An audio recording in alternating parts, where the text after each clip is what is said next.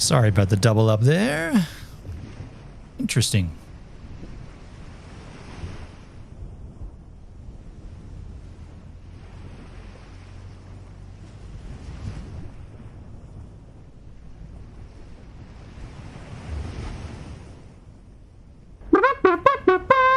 Okay, you got here second. That's better. Thank you, Netskis.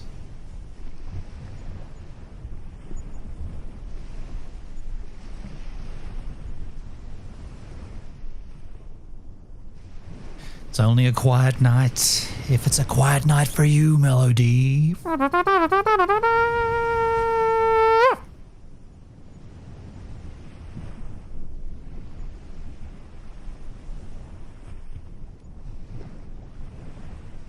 I just spotted.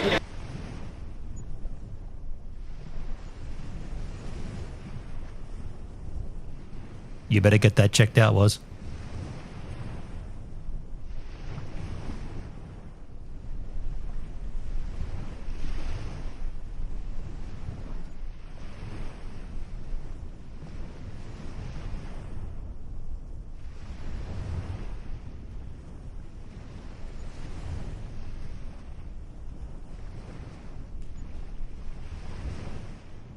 We're determined to expose what the dark heart of the electric vehicle industry looks like on the ground. At ID Digital Agency, we're not perfect, but we're aware.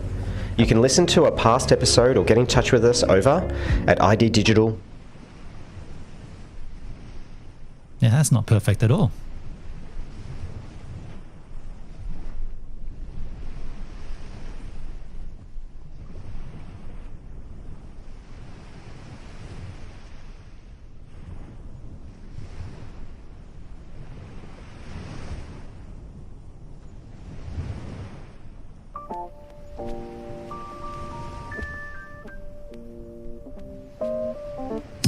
Started out alive, man, that was the play.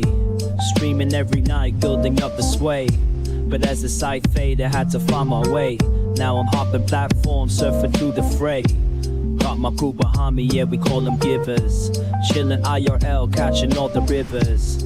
Farkle in the chat, bringing loss to the grind. Talking crypto games while we sippin' Jack Fine.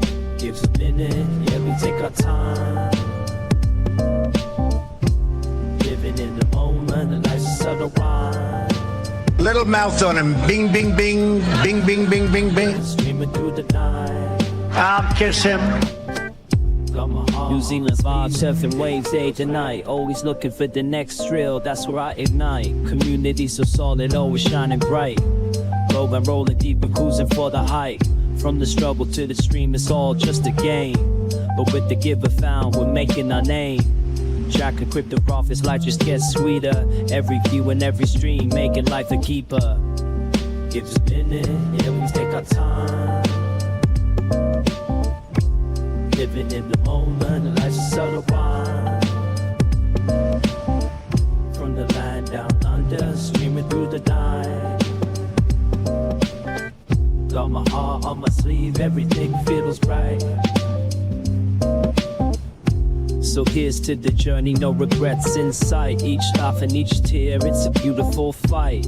Keep the wave rolling, let the good vibes flow. We're the givers, together in the show. Give us a minute, yeah, we take our time. Living in the moment, the life's a subtle rhyme. From the land down under, streaming through the night. Got my heart on my sleeve, everything feels right.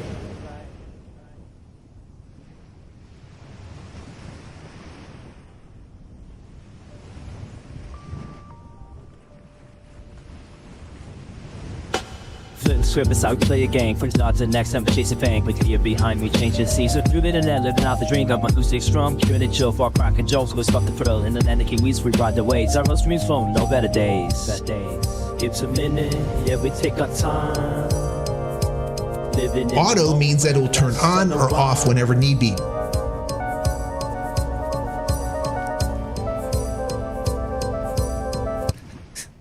Indeed it does. Hello, the internet. It is Monday, the 24th of August, 2026, and welcome back to the channel.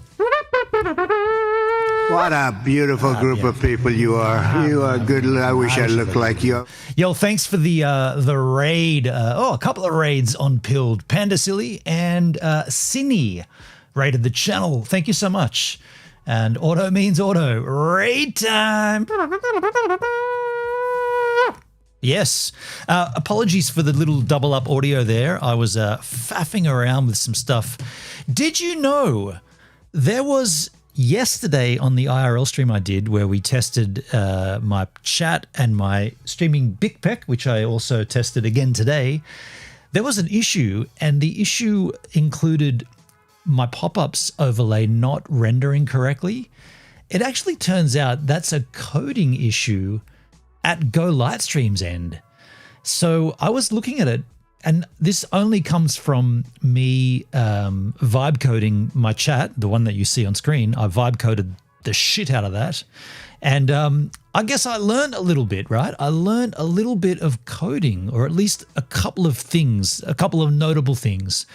And in the instance where this Go Lightstream wasn't functioning correctly, I thought I would do the Command Shift I to open up the console and have a little look-skis and see. And I saw an error.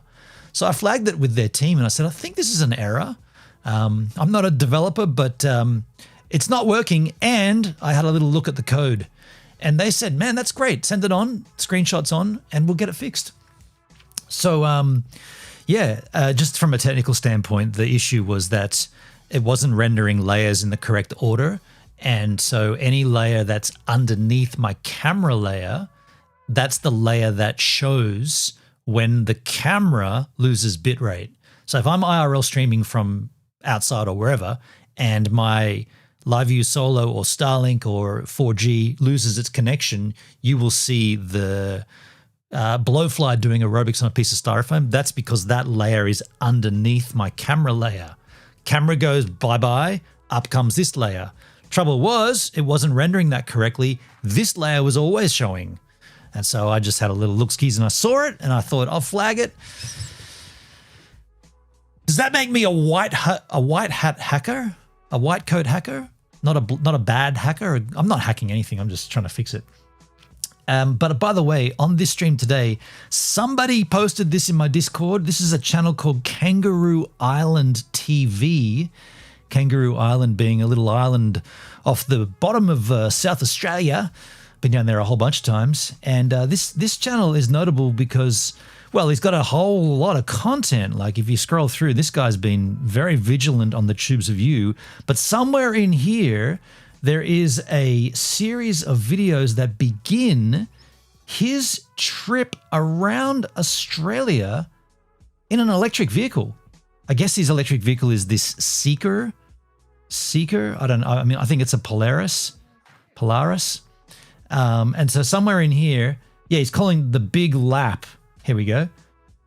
My Zeekr ZX setup for the big lap. There's one video there at the beginning 2 months ago. Ah, shit. Okay. We've already started playing it. I'm gonna get into that later, but I'm interested at a guy who's traveling the country in an electric vehicle for two reasons. Well, at some point, electric vans are going to be a thing, like camper vans. They're already kind of a thing, but they're going to be a big thing soon. The RV market needs to move into full embracement of electric vehicles. But you often hear people poo-pooing electric vehicles, and the reason they'll poo-poo it is because they'll say, especially in Australia, the distances are so vast, there's not enough charging stations. Well, this guy, what's his name, Stan? I think his name's Stan.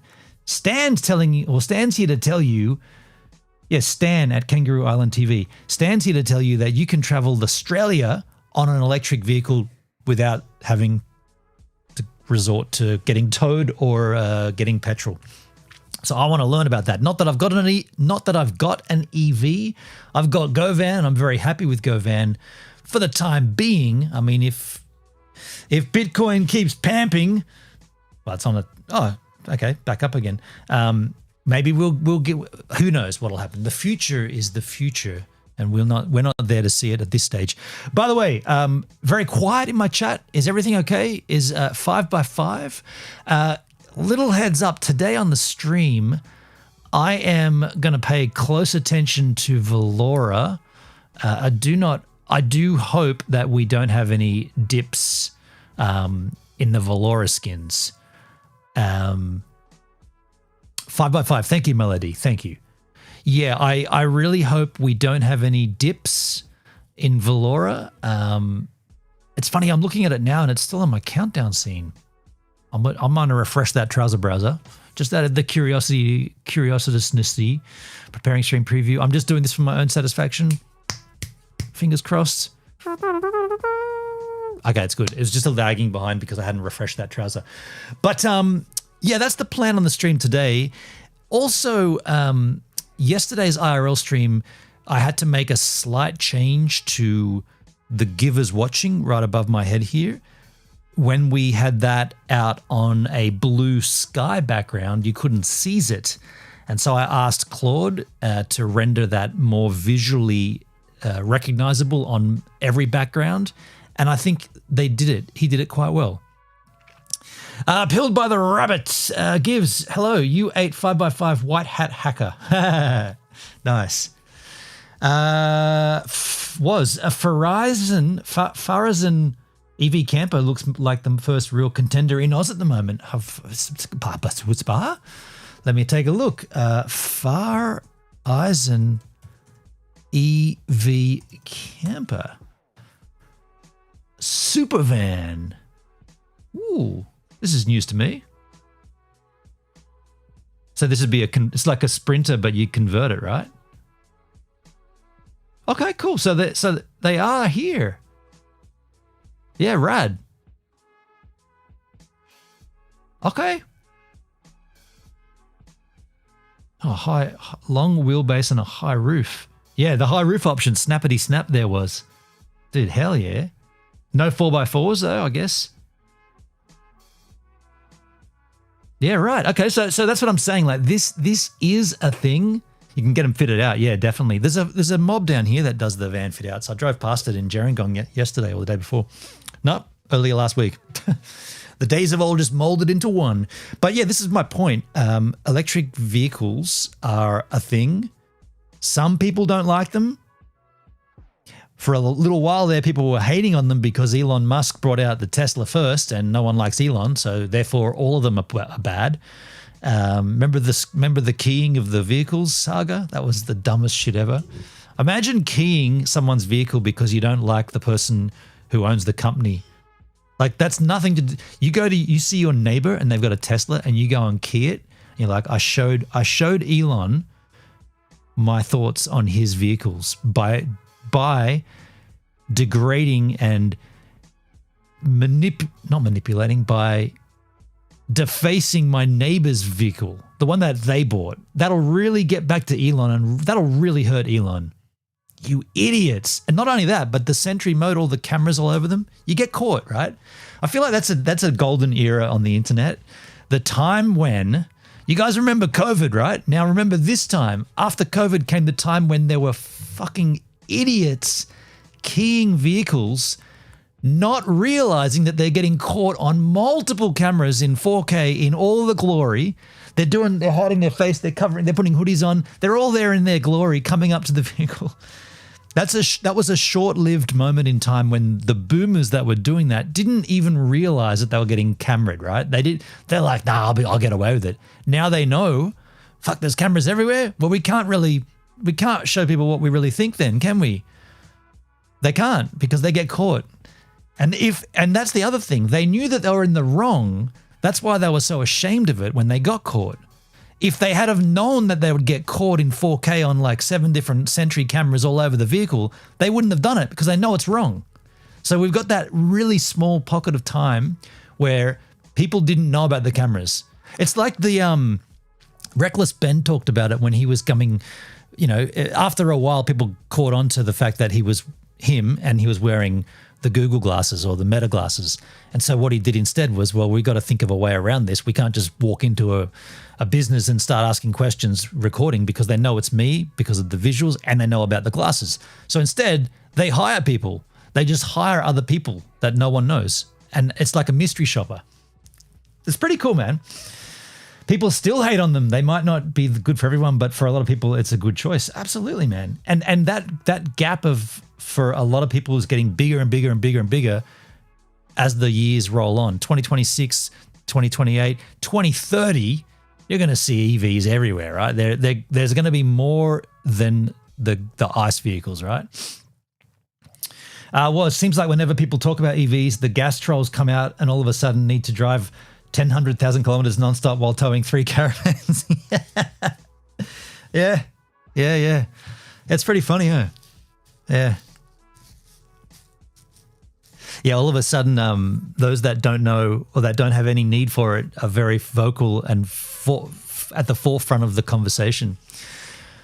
And the price point's getting lower too, right? And everywhere you turn around, you're seeing like, you know, I'm seeing BYD dealerships pop up everywhere. There's one right here as you come into Bombardary, and it's like, okay, there's the first thing. Actually, it actually is the very first building as you come off the highway. It's like there's a BYD dealership right there. They got all their vehicles out the front, and I just think it's wonderful. Like, yeah, the idea of never needing. I just like the idea of not having to know anything about vehicles and combustions and gas rods and all the stinking oil and shit. Like, I mean, here's me driving a 2002 model with an oil leak that I got to get fixed.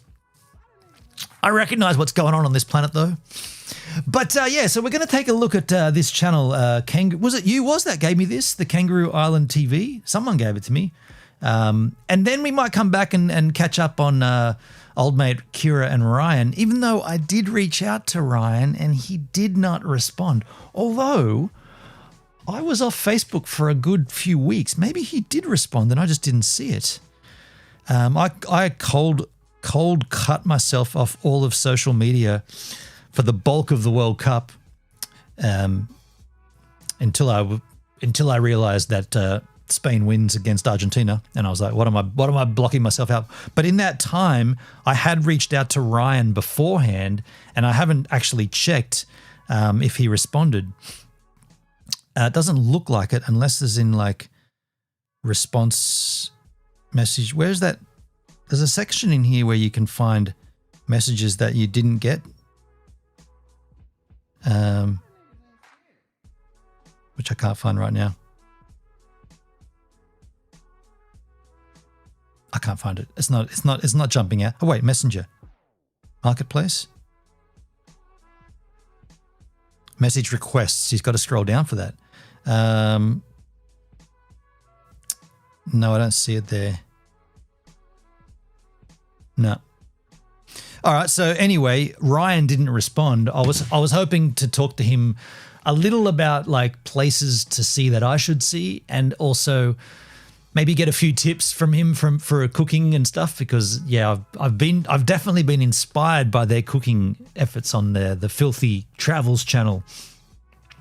But we're not going to look at that yet. We're going to take a look at Kangaroo Island TV first.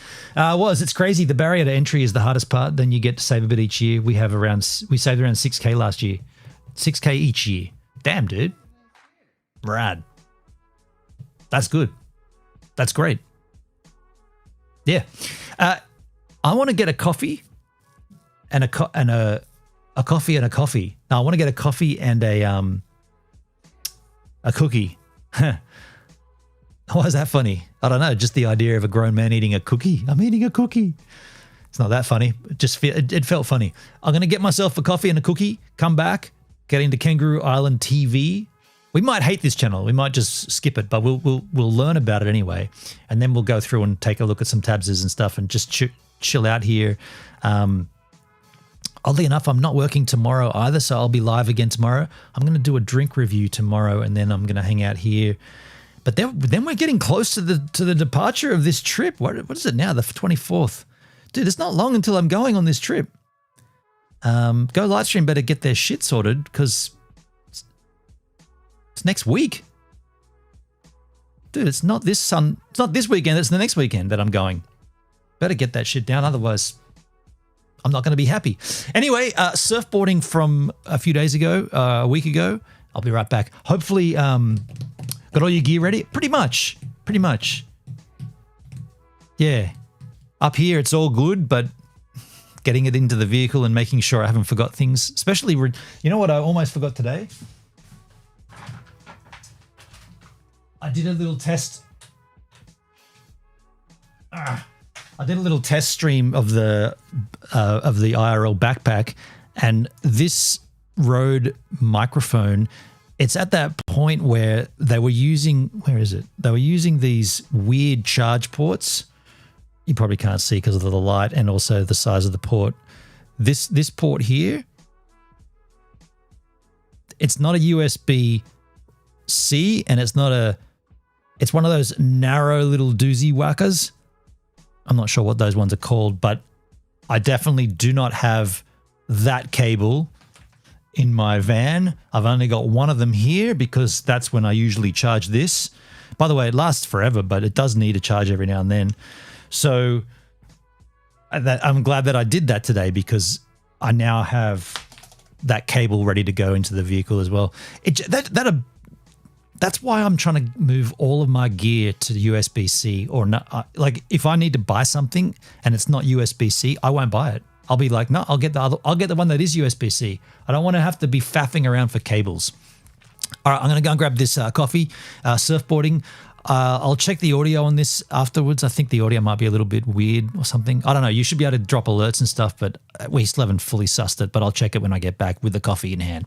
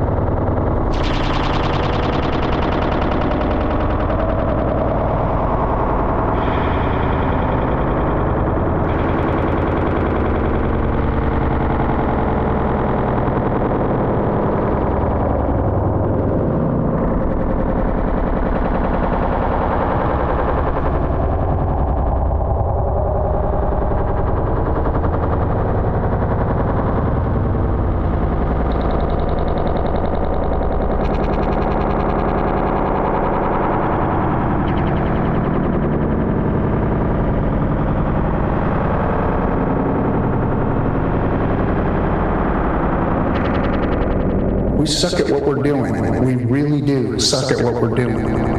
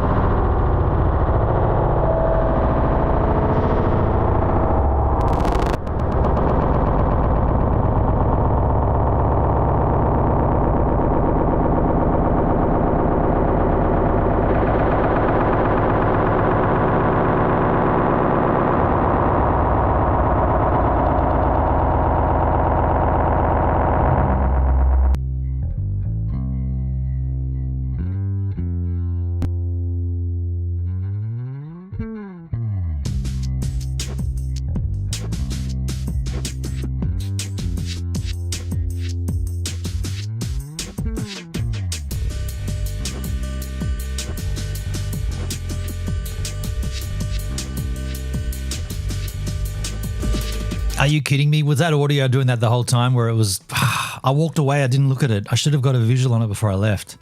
That's annoying. Sorry to put you through that. What you were hearing was a loop of audio throughout the whole surfing clip. In fact, I'm upset enough with that to, you got a few, oh, you're talking about the USB cable still was, yeah. It's all USB-C or nothing for me. A few old connectors left, but for those I slap a little USB-C adapter on. Right. What I want to do, if you can just bear with me, I know I walked away and got my coffee while that was happening, so I didn't know that was happening. What I wouldn't mind doing right now is just playing that surfing clip for a bit and just diagnosing what the issue is. So, because I'll stay here and I'll diagnose it and I'll make sure it doesn't ever happen again, because, I mean, that was painful. For me, even just to come in at the very end and put my Kansas on here, and I'm like, that's been happening the whole time. And then I see melody. That's weird audio. Yeah. So if I can just get back over there, we'll cut into it. And then I won't stay on it for too long. I'll just cut in and check it and then cut back off. You won't have to watch the whole clip again. So let's go and get some cookies and coffee. Here it comes. See, that seems fine. That's fine, right? That audio's fine now. I guess I should verify. But I'm pretty certain that's fine. And that mutes it. Yeah, that should be fine, right?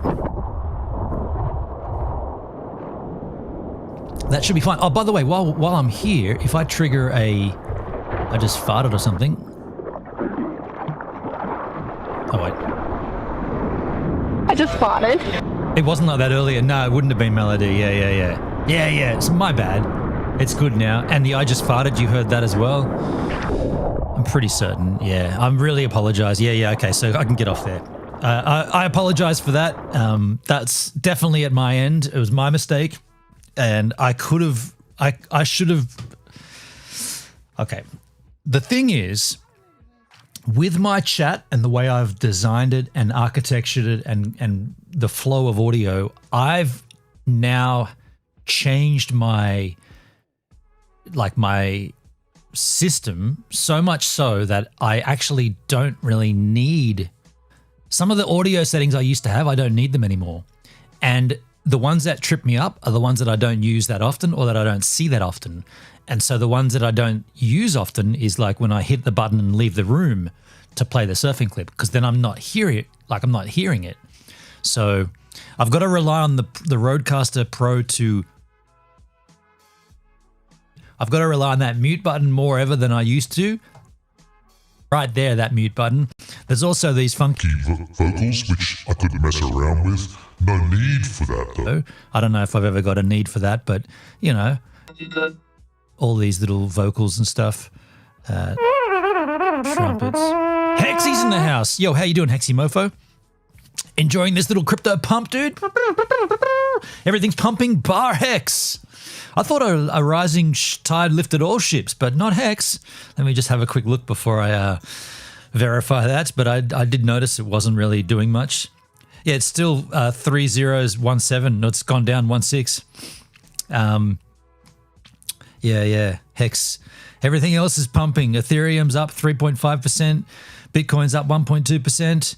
XRP 1.4%. Cardano 2.5%, Doge 2.1%, Trump's up 4.3%. Everything's in the green, except for USDC, which is stagnant, which is expected, except for Hex. Actually, Hex is up. I beg your pardon. Hex is up 2.5%. I beg your pardon. Everybody go and stake their Hex. 5555. What? I did. I'm the fool. I staked it. I did. Hexy did. We all did. Someone up the road did. There's a Hexagon in this town. It's bizarre. This guy drove an electric vehicle around Australia. Yo, random side note. I watched a video with some dude called Boogie who lost lots of crypto. It was on a financial audit show. Boogie 2988. I love Boogie. I don't love him. I'm a huge fan though. I'll take that back. I'm not a huge fan of Boogie 2998, but I do watch the LOLCal live show, and I am very well aware of him from way back. First I ever heard of him was when he went on the H3 podcast, and yeah, that was the start of something else, let's just say. But yeah, I do know when he talks about losing all his crypto, he sold his crypto. That's the problem. Like he didn't have. He needed money and he cashed out when Ethereum was relatively high. He cashed out and now he regrets it. That's him. It was interesting to see the audit. That audit show, if I understand correctly, a lot of that's phony. But I know what you mean, because that content also made it into the documentary, the Mike Klum documentary on Boogie 2988. Yeah. Hexy, long will prevail. I don't know, man. I don't know, dude. How long is long? I think we're 6 years in right now. I thought I would have made some money on Hex by now. Nope, didn't. Anyway, Kangaroo Island TV. Strange name for a channel based on Kangaroo Island off the coast of South Australia. Here is his Zeekr 7X Big Lap setup. I'm interested to see what this is all about. This is him setting off or getting his shit together for this journey. Okay, welcome to sunny Kangaroo Island. It's a bit stormy, as you can see, but thankfully it's supposed to quieten down for the ferry at 10:30 tomorrow. We're on the eve of our big lap around Australia. We're going to do 15,000 kilometres in 4 or 5 weeks. This will be our second one. We were the 41st to do it 2 years ago in the Polestar 2. Now we're going to do it in the Zeekr 7X and be in the mid-60s. So this is just a quick video to talk about how I've packed the Zeekr before I set off tomorrow morning, and look at the mattress. As you can see the back there, the big Zeekr mattress. There's been a lot of interest in that.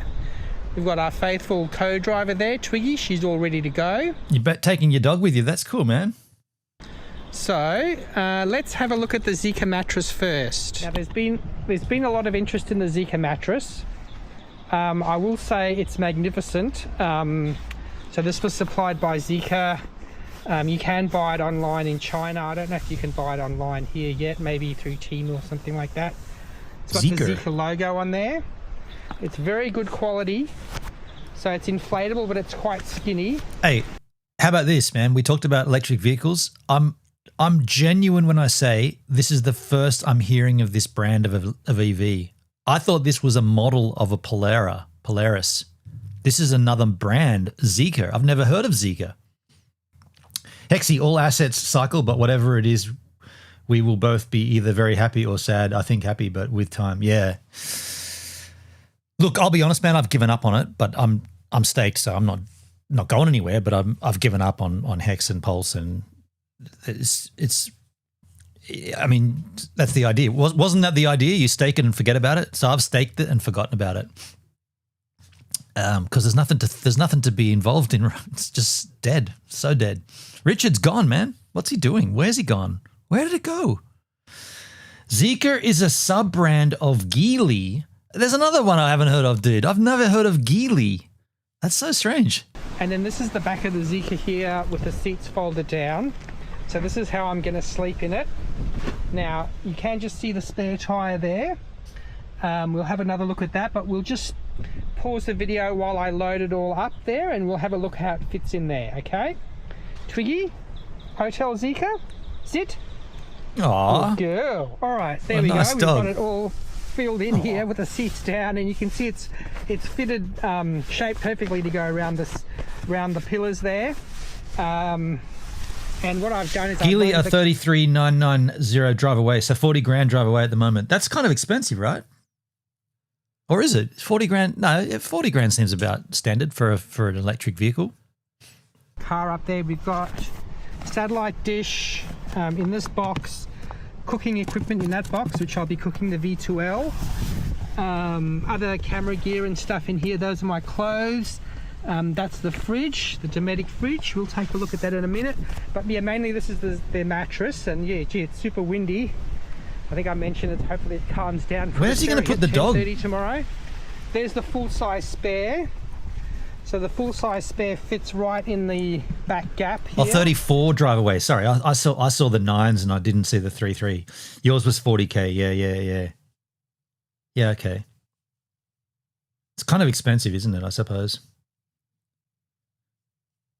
Basically, if I was to buy anything like that, it's going to be selling my Bitcoin, which I wouldn't want to do, to be honest. But then why not? Because if I don't sell it, no one will. I don't know. I've taken out the cover that normally covers it up, but the full-size spare, this is a 20-inch wheel, aftermarket from Nelly in the Melbourne Zeekr Club. Ordered it there in a bulk group buy. So yeah, this is the Zeekr mattress, and you can see that ordinarily it would fit, but with the spare tyre in there it won't. Hexy, still talking about Hex. There's been a recent uptrend. It's looking better currently. We may have finally seen the bottom and heading in the right direction. Yes. You got to have faith. Hexy's got to have faith. Yeah, I don't know, man. I don't know. Decided not to take the Zeekr mattress, mainly because it's very bulky to fold down, and I don't really need a double mattress. Wait, you've just told us about this and now you're not going to take it? But I do actually fit in there. So we can have a look as to how I would fit in here. This would be very, here we go. It is, but the longer you keep it, it pays itself off. 6K saving per year. Ours will save around 48K by the end of 8-year warranty, which more than covers the cost of the cut. There you go, dude. Yeah. Yeah, man. Can you charge it at home now? You can charge at home, right? You can plug it into the wall. In. So you can see I've got the seats folded down. And those are my legs there. Very undignified. We've all got legs, buddy. Let me pop the camera back up. There we go. So that's worse, man. I can see I've got. That's a worse angle. Let me just get positioned there. With the bags underneath here, the mattress does fit all the way down. It costs you $4.80 a week to charge your vehicle at home. That is so sick, man. This is sick. I'm going to quickly find that one using the search feature on Valora right now.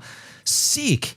This is sick. And then I should be able to just click it and play it, man. This is sick. This is sick. That is sick, man. $4.80 to charge your vehicle for the week. Come on, man. Doesn't get any better than that, does it? It fits really nicely. And then my legs, because I'm a shortish person, the legs actually do fit in there. Like I can fit fairly comfortably. Props for this guy doing this on this road mission. But man, this is screaming out for an electric camper van, right? Like why squash yourself into like a little SUV thing when you could just get an electric camper? Well, you can't yet, but I mean, they're coming, right? If I'm laying lengthwise, parking mode on. All right, so that's how the Zeekr mattress fits in the car. There's a lot of interest in it. People liked the post when I did it. I had it folded up at that point in its bag. So yeah, so that's how the Zeekr mattress looks in the car. But again, I'm not going to take it. What's he going to do? Just because it's too big and I don't really have space for it when it's all folded down, although it probably would fit in the back.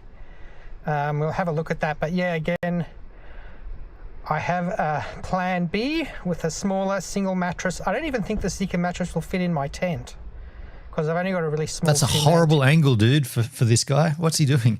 Well, as people think you're lying when you tell them how cheap they are to run. Yeah, I mean, $4.80, and I mean, that's your daily commute, right? Like, I don't know, man.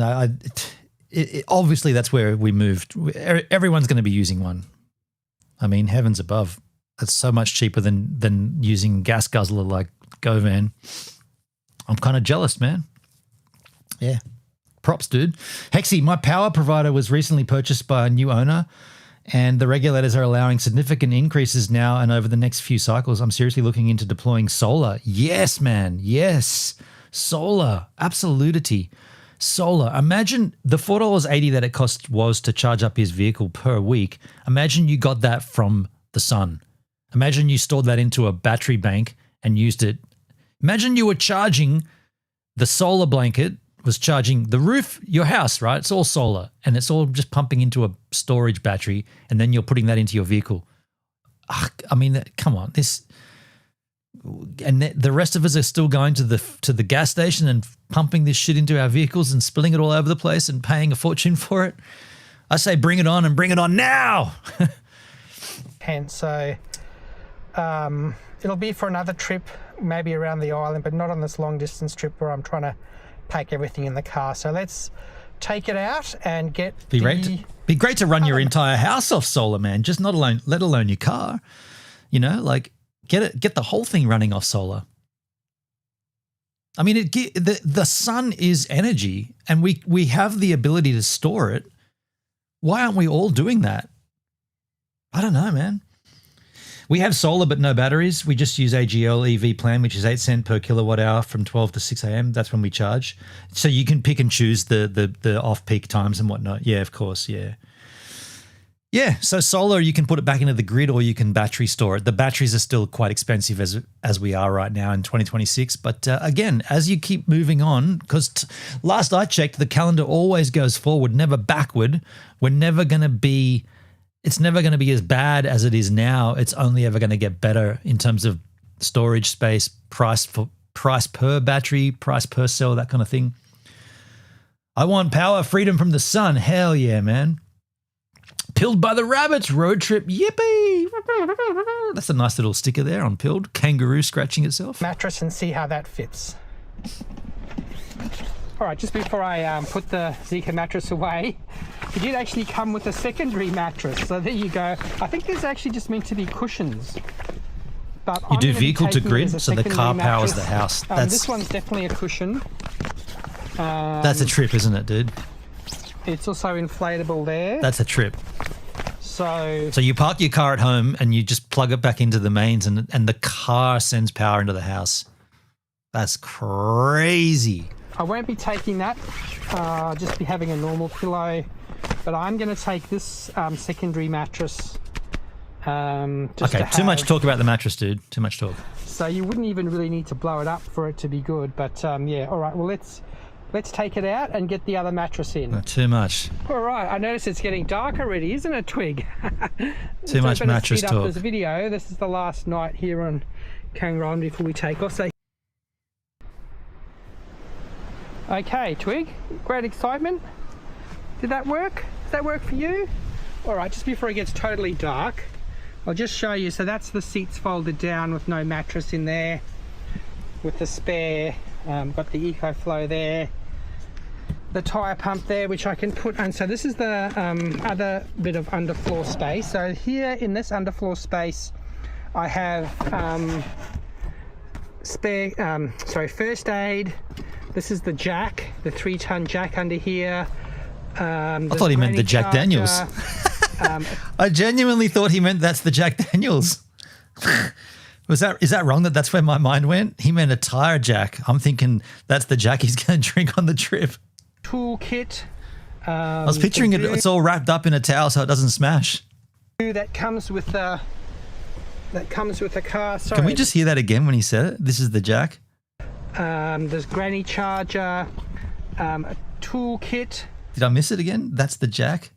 In this underfloor space, I have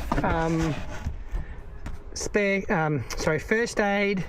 This is the jack, the 3-ton jack under here. The way he touched it, he was like he was grabbing the neck of the bottle. I was like, oh, he's got the bottle of jack wrapped up there. That's a smart thinker. But no, it's the 3-ton jack that changed the tire. First aid. This is the jack, the 3-ton jack under here. There's granny charger, a toolkit. A granny charger? Under here. There's granny charger. What the fuck is a granny charger, aside from what you might think it is? They do have a plug-in solar that you can patch together and it runs back into your panel to reduce your bill without all the permits, but the lawmakers pulled the option out of it. Ooh.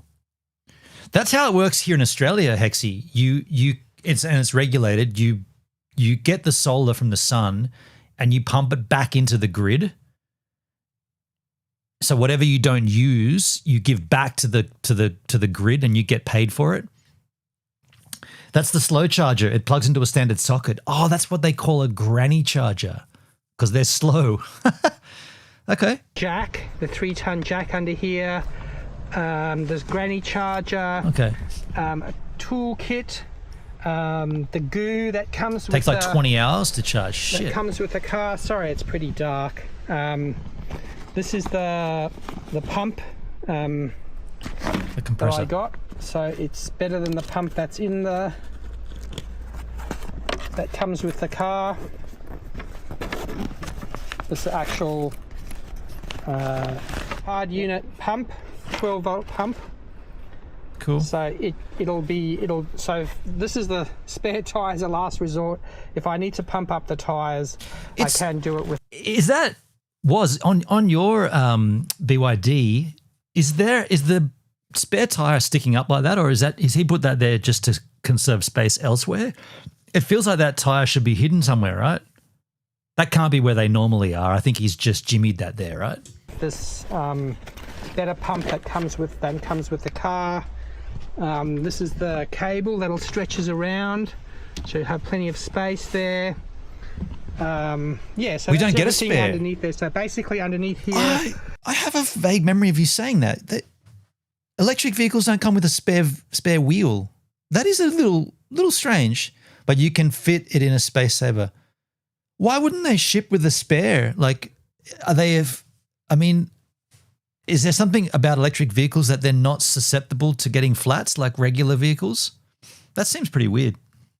Oh, what else have we got? We've got some WD-40 or RP7 and the actual... Lots of new cars, not even petrol vehicles. Is that a new thing, is it? That is a twist in the space-time continuum that I wouldn't have thought of. Fast forward to 2026 and they're going to sell vehicles without a spare tire. To cut the costs, is it cost cutting? Mind you, it's pretty essential, right? Like if you get a flat, you're fucked. How's it cost cutting? You're going to have to buy one. It's cost cutting for the manufacturer, not for the purchaser. Because you're not going to drive one without a spare, right? Because if you have a flat, then you got to get towed. And unless you've got the full coverage, which I do have with GoVan, by the way, full NRMA top tier coverage. So whatever goes wrong out there, such as the flooding at the Mundi Bash right now, holy shit, that's where Marley and I were. That place, damn, that's going to be a bog central out there. It's another thing people complain about a bit. $50 gets you one, but you have a pump and goo in the car.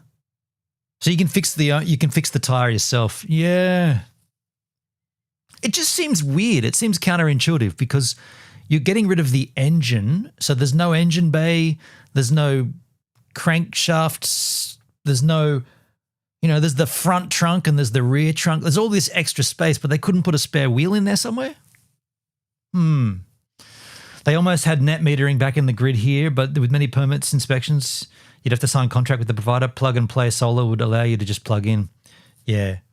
I mean, plug and play solar would be the optimum because then you'd put it into your own power banks and store it there, and that would be ideal. But you'd have to have, you know what it'd be like, man? It'd be like having a internet connection that also still has a 4G backup. Just in case the cable gets cut, you still need 4G, you know what I'm saying? So if you could get like full solar to your own power supply, to your own battery bank, but then also still have a switch that you could flick on if you needed to go back on grid. Who am I, Donita? Who am I? Do you mean who am I, or do you mean who are you? If you're you, then I'm me, and I think that's all we need to know. My Toyota van from 26 doesn't have a place for a spare wheel. Is that right? I must be one of the last vehicles that does have a spare wheel spot because GoVan's got one tucked underneath it quite nicely, and that little screw that goes screwed down and the wheel just falls down out of a little cage thing. Interesting. Other tyre goo, so I don't need to use the Zeekr tyre goo. But basically everything under here is the spare tyre fixing toolkit. Which is no good if you don't have a spare tyre. Space for that kind of stuff. Oh, there's the, here's the actual wrench. Probably because GoVan is off-road. Yeah, that's true. That's true. And the wheels. I'll be honest, man. I haven't bought a new car, or I haven't been in a new car in a long, long while. Like a factory brand new. I did not know that was a thing that they don't give you a spare wheel. Some have the spare under the vehicle that you screw down. That's what mine is. Yeah, it's on the outside, underneath the rear. And then underneath here. Okay, this guy. I mean, I know I'm stopping and waffling, but this guy, I kind of wanted to see more about his setup for sleeping. It's interesting. That's the direction which has come with the over the update. He's got a full wheel, not a space saver. Probably why it doesn't fit. Sorry, yeah, front. exactly. In the front. It's interesting that this guy's got all the goo and stuff to patch a tire, but then he's also got the spare.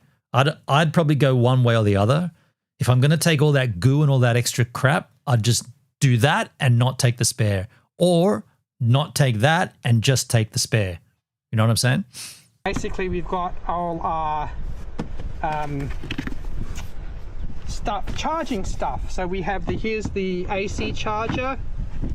That's for doing the 22 kilowatt up to 22 kilowatt. We've got the Fronius Watt Pilot Go. So that's for doing the take both. Anything can happen.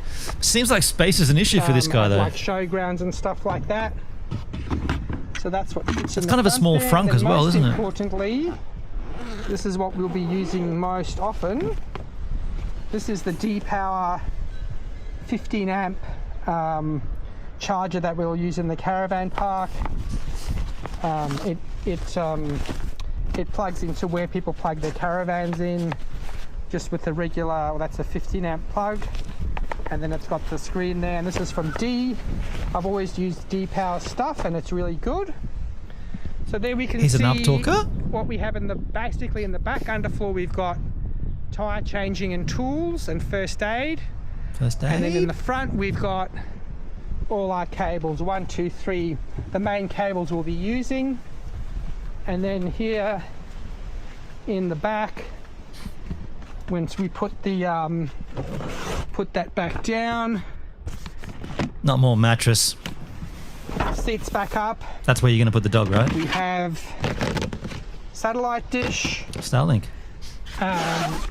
This is a induction stove top. And then here we have all our cooking gear and some food in there. Our home charge is 32 drone. amps, single Hope you phase, can full see charge, it's about pretty 5 dark. hours. Hopefully It's not bad. hopefully you can see it. Got our drone and camera gear in there. He's doing it rough. And then coming around, I wouldn't like to do this trip. we have our clothes. I would not like to do this trip with And this. then we have our Dometic fridge.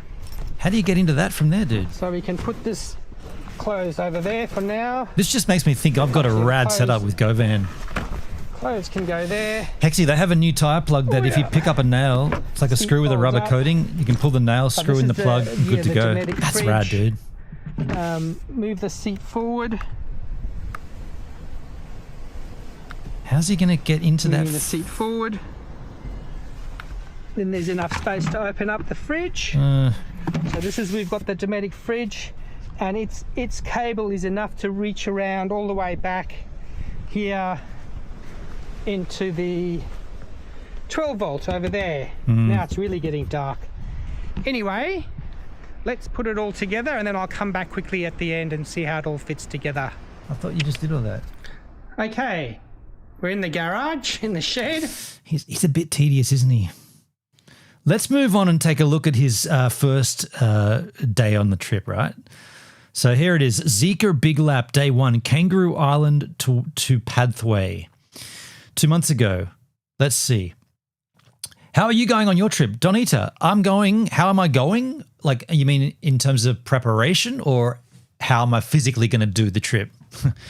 How you going in Australia doesn't actually mean how are you going to go there. It just means hello. Are you hiking? No, I'm driving. I've got a four-wheel drive van, a camper van.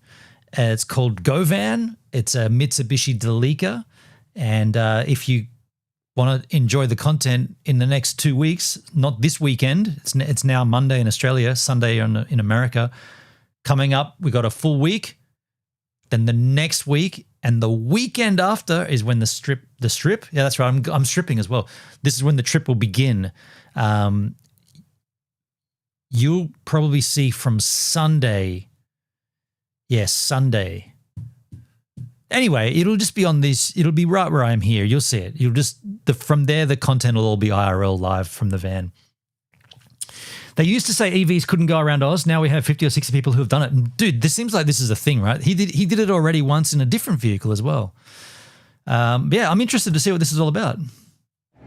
All right, here we are. Good morning, happy lap day. We are leaving Kangaroo Island and we made it onto the ferry, onto the Sea Lion 2000. We've got pole position, but not really proper pole position because I'll have to wait for these cars to go. Twiggy sit. Twiggy's all excited. Hopefully you watched my video of the other getting ready, packing the car, so watch that and have a look. See how you go. Up goes the drawbridge. See you, Kangaroo Island. See you, Kangaroo Island's a very pretty place if you... Twiggy, you're going to say goodbye to Kangaroo Kangaroo have a look. Island? Part of Australia, mate.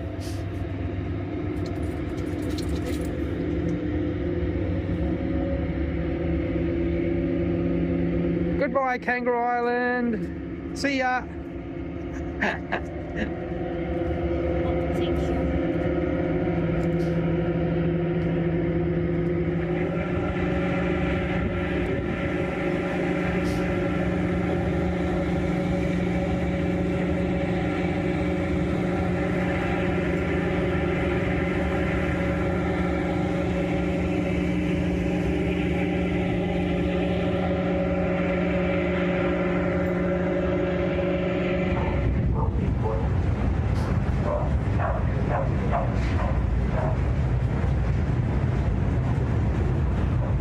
Well, they jam them in there, don't they?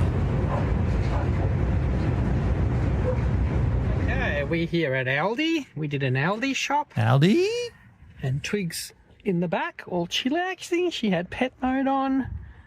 Got some apples, some muesli bars, some low-carb bread. And now we're going to Wellington. So we're using Google because we want they're to heading make east. sure we get there properly. And we're going to Wellington to catch the second ferry of the day. That's weird. Why are they going that way? Ooh, all good. And we gave the car a nice wash. It's a nice sunny day. Happy days. The trip has started. Excellent work. And we're averaging 20. Are you in the northwest of Oz? 20. No, I'm not actually, Donita. I'm the exact opposite of that. I'm in the southeast of Australia.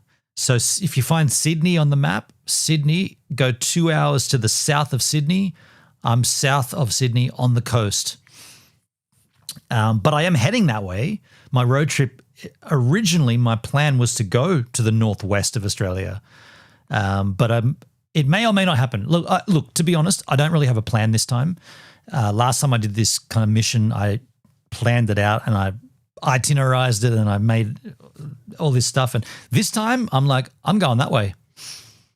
I know that there's going to be, I've set myself some kind of rough goals, if you like. And that includes wherever we stop, we're stopping for 2 nights minimum.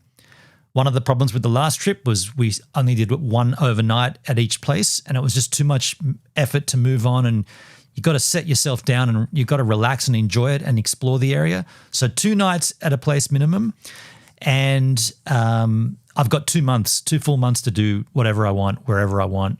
And so that's 2 months, whatever it gets me, and then I'll hightail it back home. Freeballing it. Yeah, it was kind of freeballing it. I want to get inspired when I'm out there to search up places, and I want you guys to tell me, hey, by the way, Gives, you're up here in this area. Did you know that there's 4 hours away, there's a big series of gorges, and I think you should spend a week there or something and explore all the gorges and just camp out. And that's what I want to. That's kind of what I want to do. I don't want to be like, we're driving, we're always driving. I want to go and explore and like set up and really get amongst it all. Yeah. But that said, that all could change as well. Like realistically, the plan could change again once I get going. Who knows? I like not having a full set rigid itinerary though, just going for it. I was over there on a cruise from NZ and up to the East Coast, ended up in Darwin. Right on. So you know the area, right? Yeah, cool. Hell yeah. Yeah, New Zealand is great. And Darwin was, roughly I had my eyes planned on going to Darwin because I've never been to Darwin. It's the only city in this country that I've not seen. Yeah, it literally is. That actually is the only place in Australia. Sydney, Melbourne, Brisbane, Adelaide, Perth, Tasmania or Hobart. I've just not seen Darwin. So let's go and see Darwin. That was the original plan. But again, might not get there. See what happens. It's going to be fun though. 0.6 kilowatt hours per 100, so that's pretty good. All right, here we are on the ferry. Twiggy, shush! Twiggy. You been excited for being on the ferry, are ya? On the ferry across the mighty Murray River. Check it out on the mighty Murray River. Check it out. There's the mighty Murray River. How exciting. Yeah, it's going to be rad. I'm pumped. We arrived Tintinara after that big detour. There was a massive detour right around the bend. I don't know how much it added it in, but we said we'd get here with 20%. Twiggy, don't go on the road. And we have a nephew who plays footy up there. Lots of money from rich farmers. Okay, interesting. Rocked up, and we are getting rocked up with exactly 20%. Twiggy, come. And Twiggy, come here. And we are getting 168 kilowatts. 168 kilowatts. Woohoo!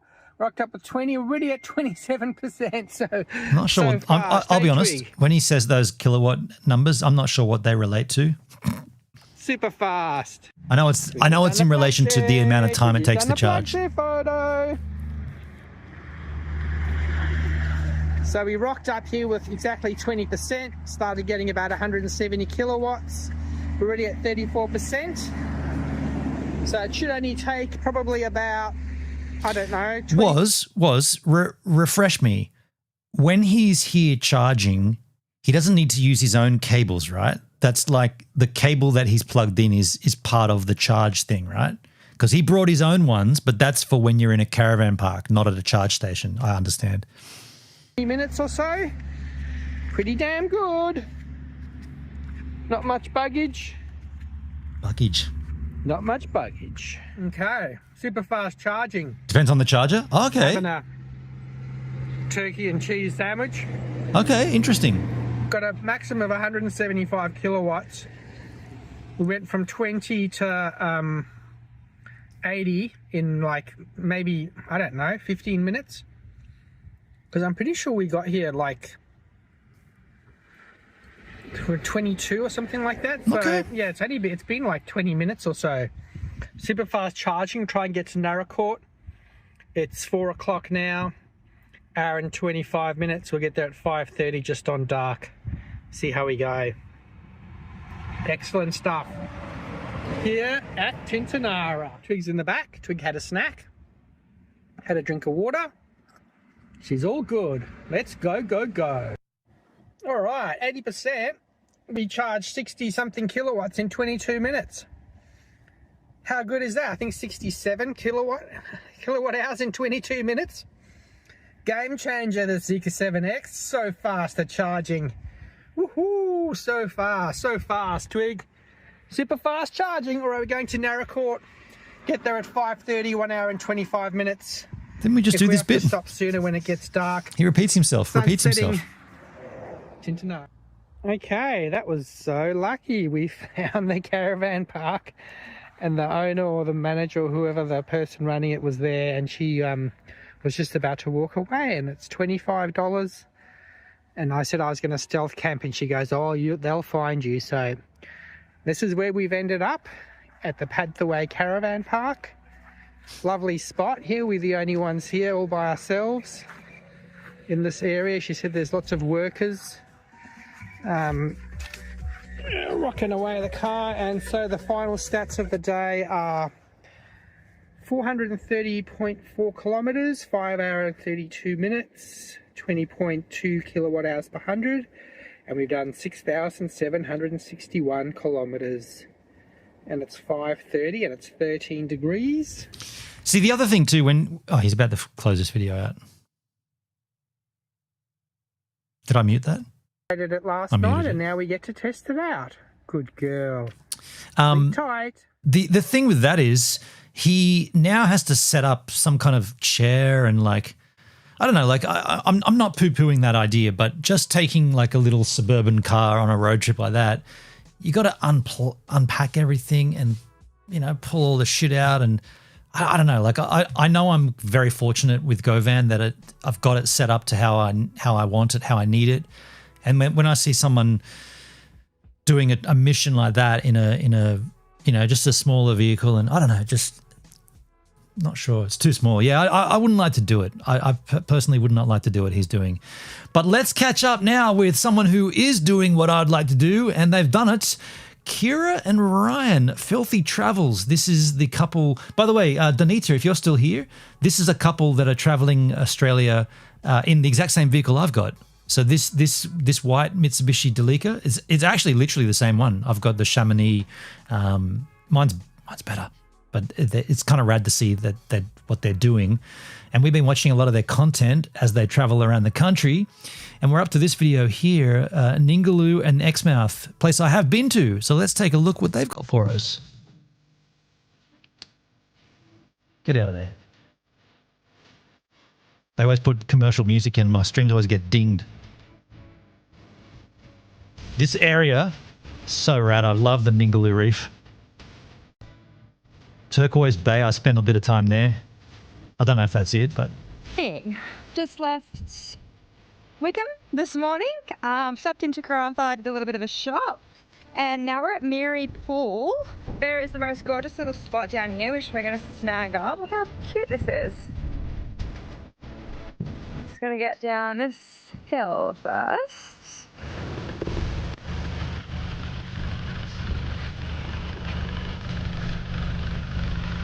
They've got a diesel too, mine's petrol.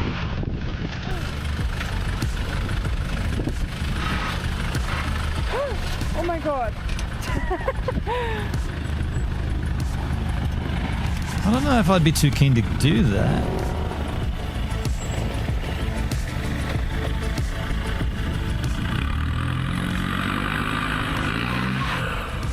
Straighten up your wheels.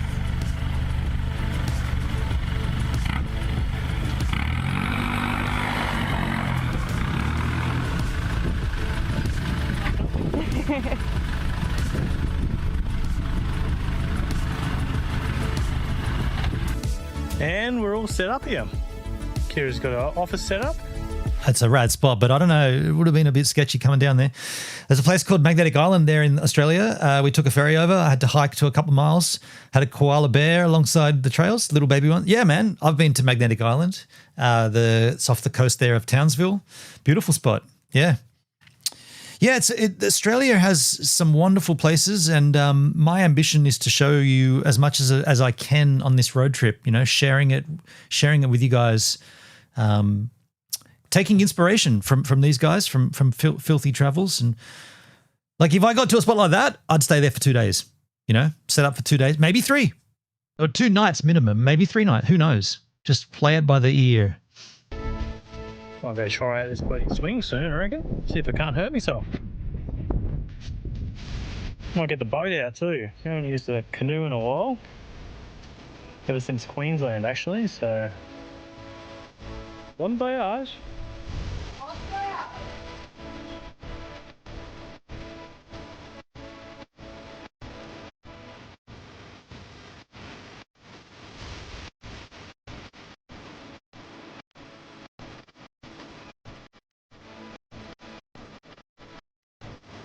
A pretty good spot.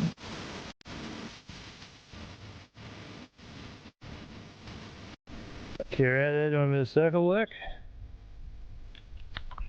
Crocs? No, not fire on. Not where they are. They're on the crocodiles are more northeast. They're on the west coast and they're south of Broome, quite a ways down. They're at a place called Exmouth. It's kind of like where the map of Australia, on both sides, it goes out and then back in, and they're kind of at the point where it goes back in, if you like. Kind of. They're almost at the point where it comes back in.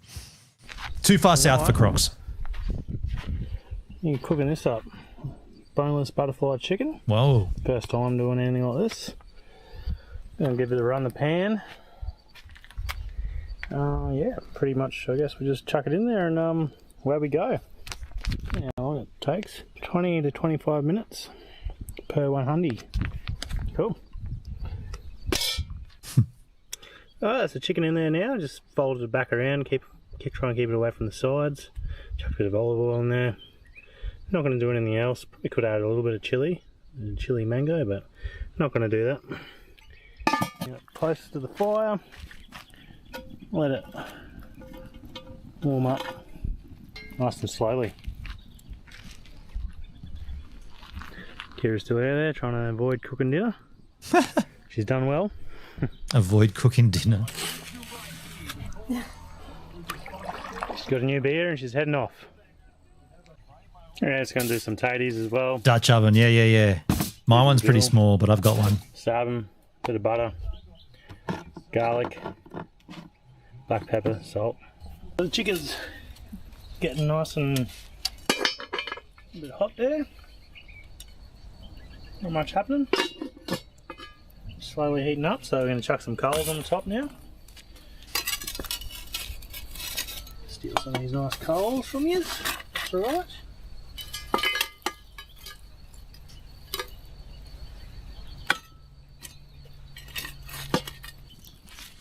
And then just chuck those right there. Lovely.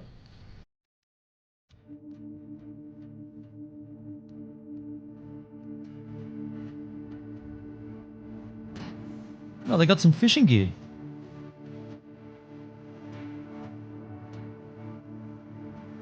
And let's see how it come out. Nice. Ooh. Looks beautiful. Hell yes. Fat as a right. Not as crispy as I'd like them, but they are cooked all the way through. And let's see what this bad boy is. Don't drop it.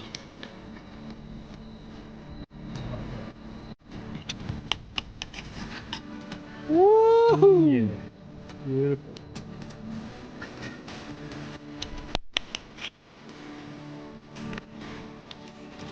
Pretty easy to run, isn't it?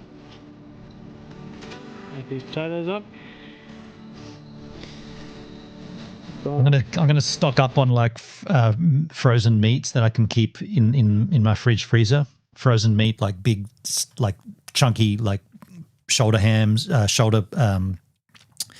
I'm gonna get some chicken like that, frozen chickens, yeah, pork bellies, all the stuff, and just keep it in the freezer for those kind of nights when just set up and cook for long time slow cook in the Dutch oven.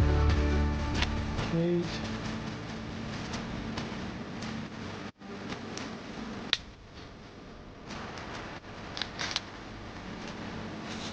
Salt, pepper, bonjour. Dig in. Morning. Good morning. Just about to take off from this beautiful place. Lucky because we've run out of water and we're getting a bit thirsty, so we make our way back into Karratha for a bit of a look today. Get some around there. Let's go check it out, eh? Uh-oh.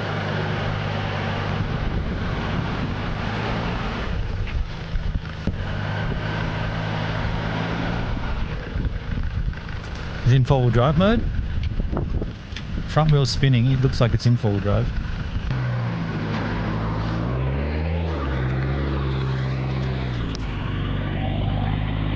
That's a right shot.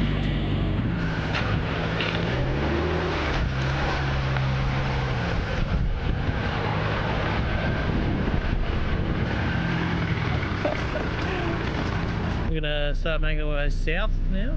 South, nice. Probably gonna take a couple of days to get to Exmouth. Exmouth. See what we can find along the way. See if we can get some nice camp spots. Let's go.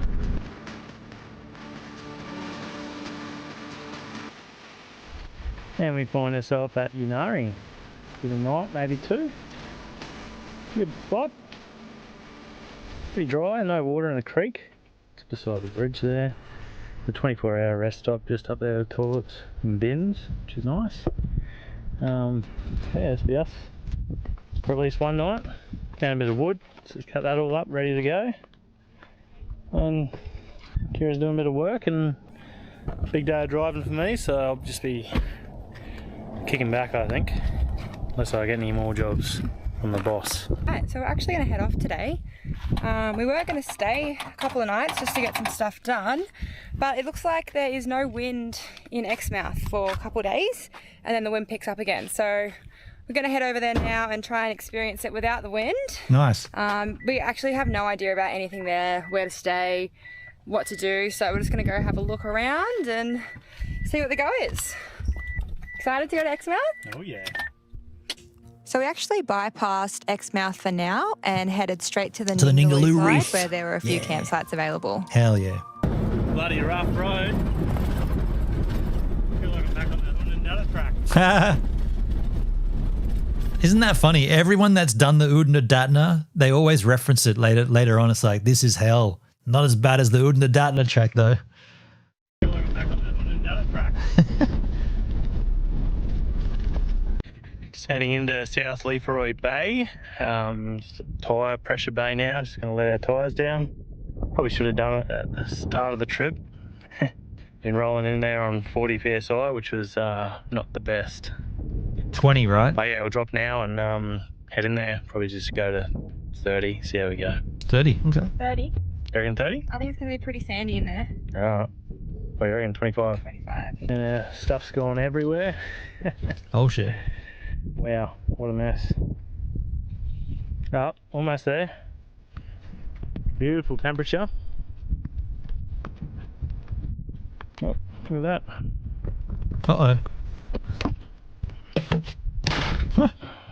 You can go back up there. Haven't lost anything yet, so that's good.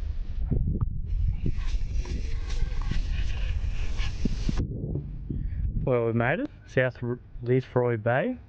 Leithroy. It's our camp spot.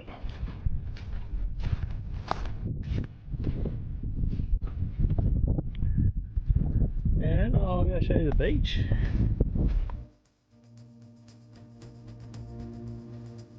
Oh, yes, man. The waves breaking on the reef out there. Looks like there's also smaller parts of reef right next in here, so be able to get the snorkeling gear out and have a look at some reef. Damn, dude. Yeah, bloody unreal. The watercolour is just fantastic. So blue and clear. And western skies for the sunset. Got the setup here. Ready to go for a quick swim, see what it's about. On our way down to watch this sunset. Actually don't mind having a spot just not on the beach. When we were at that a place not far from where they are, Turquoise Bay, we turned up around about that kind of time. The sun was dipping, and we all sat on the beach just chilling and drinking. And I guess it was about four jacks in, getting quite toasty with the brews. And then right in front of us, like within 10 meters off the shore, turtles popped up, the heads of turtles. And we were like, turtles! And we all got in and snorkeled with the turtles. It was so rad, man. I was a little bit inebriated, and the sun was perfect, and the water temperature was beautiful and the crystal clear, and there were these turtles, and we were like, this is wicked.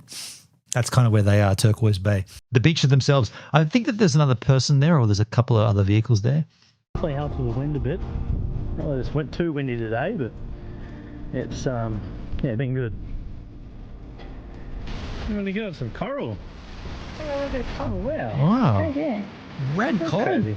It's like little beads of fresh coral growth.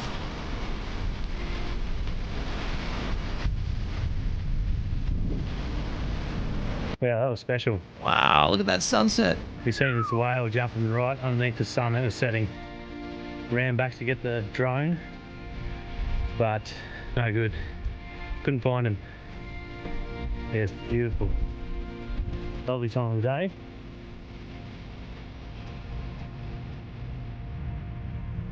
Wow, long periods of sunsets. Dude. Beautiful sunrise this morning. Sunrise. Of course, the other way.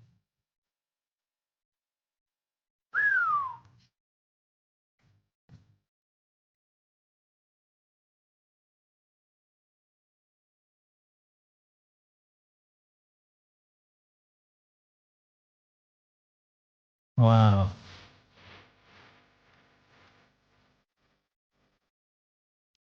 You really get a different view of it from above, don't you? There's your turtle.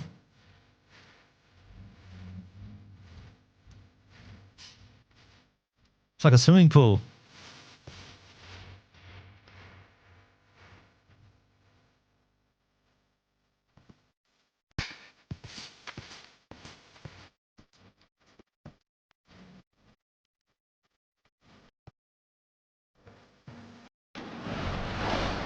This place is so hard to get into during peak season.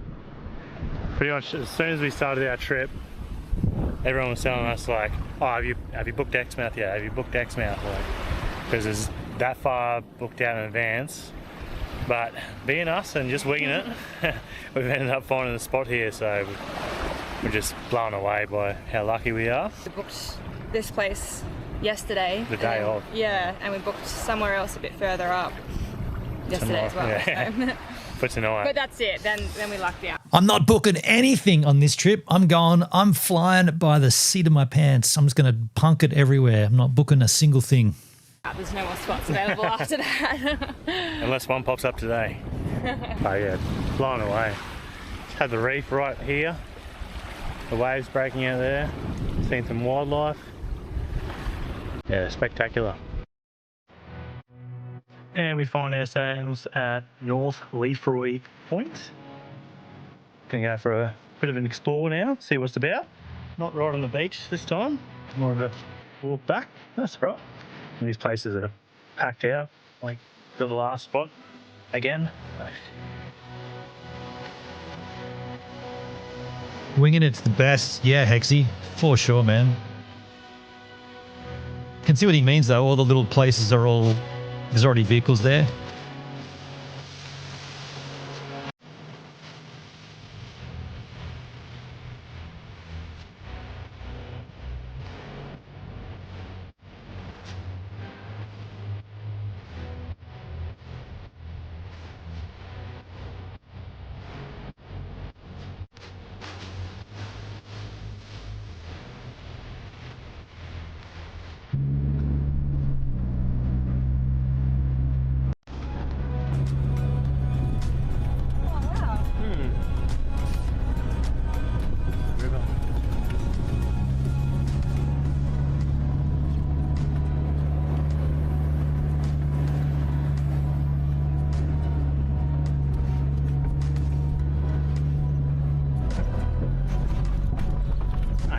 we've made it alive, thanks to Kira's driving. It's at Yardie Creek. Heaps of car parks here. I think this is the start of the bitumen, so that's good to know. Might be able to pump our tyres up a bit now.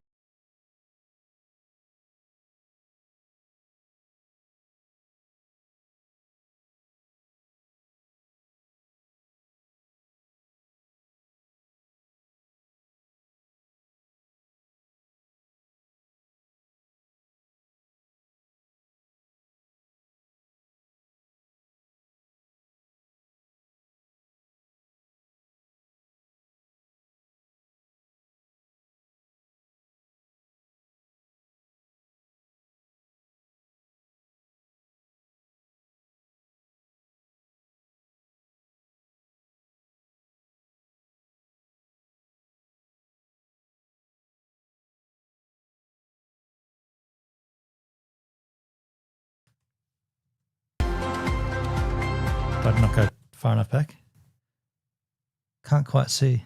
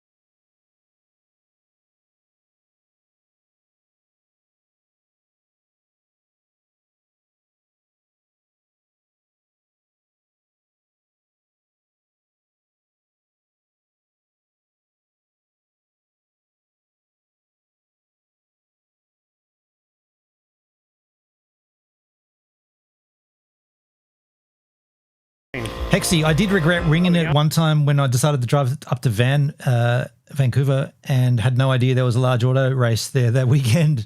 No hotels available anywhere. No hotels in all of Vancouver? Shit.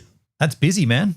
That's a big place too. There's a lot of, I guess you've got it everywhere. You can't really, I don't know about downtown Vancouver. You can't really free camp anywhere, can you? You're going to get pulled up for sure. English Bay. You know, people are gonna spot you and get you to move on. Yeah. Manu.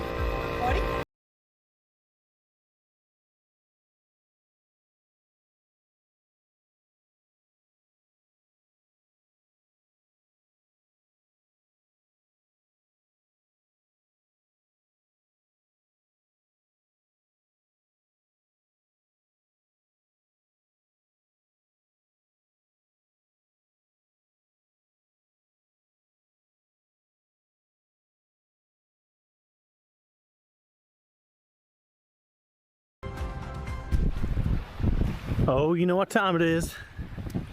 I go for a sneaky snorkel, see what we can see. A sneaky snorkel. The reef is just pretty much right. There was a place in the red light district with hotels by the hour, but not what I wanted. Yeah, pay by the hour. That's, yeah, you're not sleeping in those places, are you? No, you're not. The beach. Doesn't get much better than that.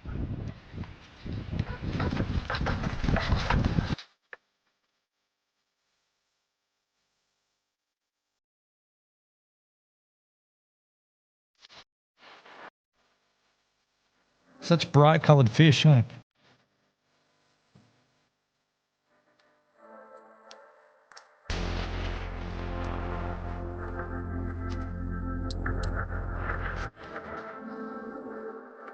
How's the music?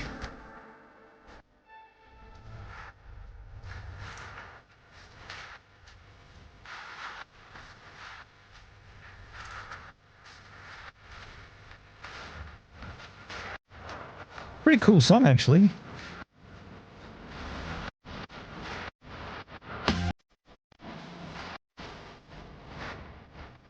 Good night, Danita. Have a pleasant slumber. Get those Zeezers. Catch the Zeezers.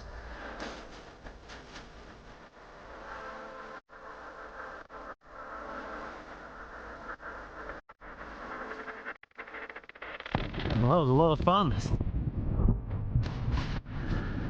Pretty cool, because More worries.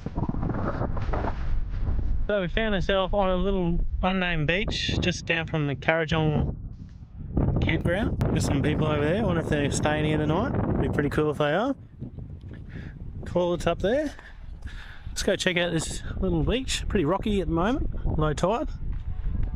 I was going to say, you want to be careful with those kind of tidal areas. You don't know, I mean, obviously the tide comes in there, but you don't know what times those tides are running and how high they're going. And I don't know, I'd be pretty reluctant. As the tide comes in. Exactly.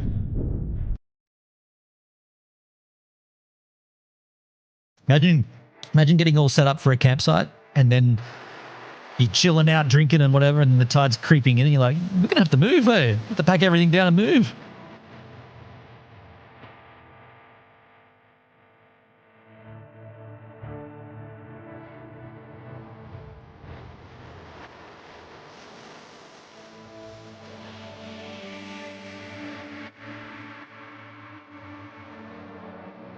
The big ass clamshell.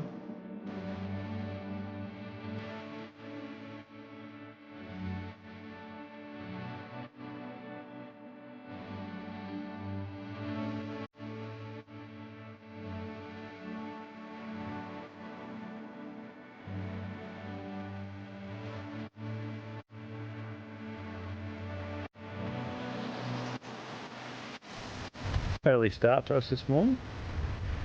Get some coffee on the brew inside here, because it's a bit windy outside. We just pulled up at Bloodwood Lookout. Got a lookout over there, over a creek I think, and also on the beach. So that's the both worlds. So watch the sunrise. How good. Seeing some whales off the coast, not very far at all. Straight out there, see the blows, they come up.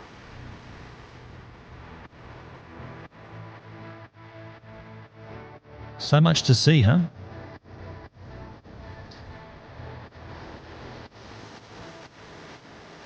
Isn't this cute? Yeah, it's good.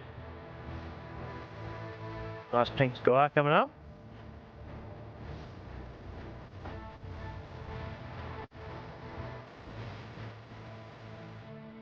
So parked up at Oyster Stacks. Just going to make our way down the beach, check it all out. I remember that place. Oyster Stacks. Strange name. Perfect morning. Not too hot yet. It's going to get pretty windy today, so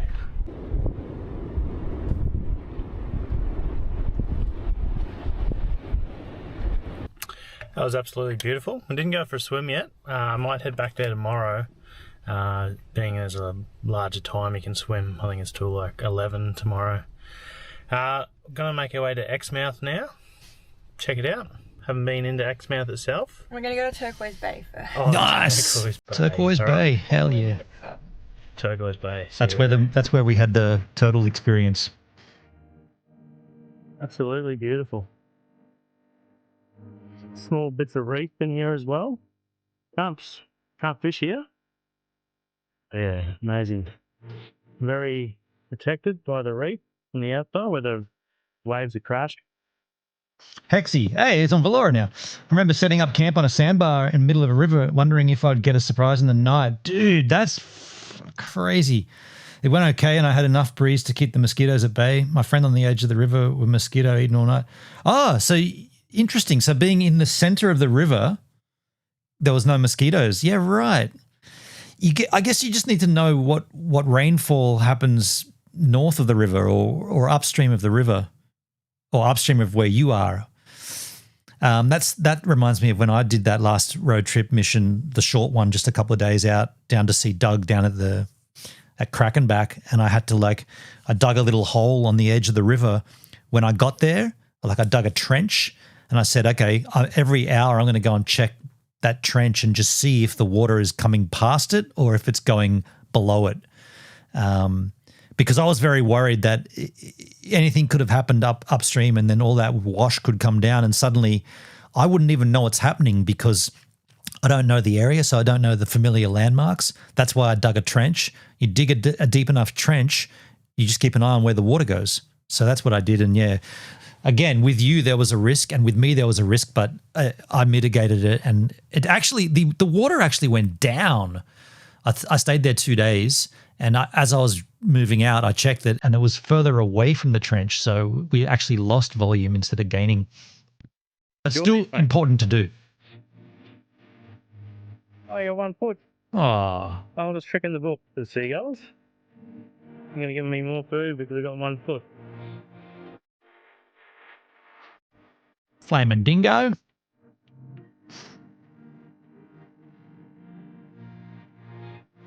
Back to, well, we haven't been here yet, but we're at Jim's Beach. Gonna go have a look at it now. Jimmy.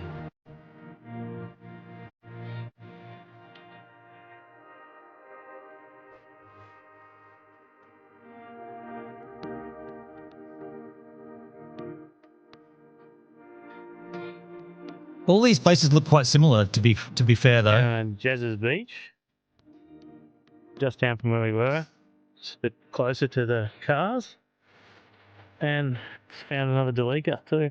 Woo. Can't beat that.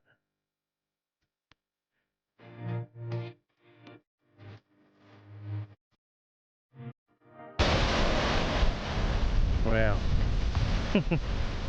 Nice.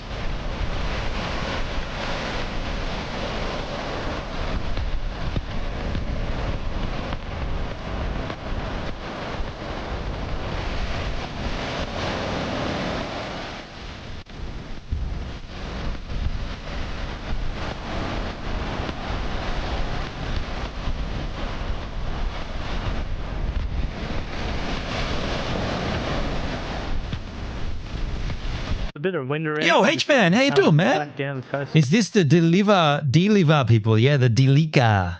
How you doing, H-Man? Good to see you, man. We were in Bigfoot territory, so it was 50-50 chance of being washed out by the river or packed off by Bigfoot. Right. Yeah. I would have gone with Bigfoot. Bit more. Bit of a walk over the dunes, but yeah, pretty protected from the wind, which was nice.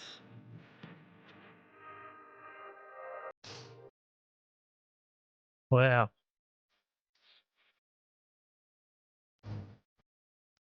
This place is pretty cool. Delica. Yeah, the Delica.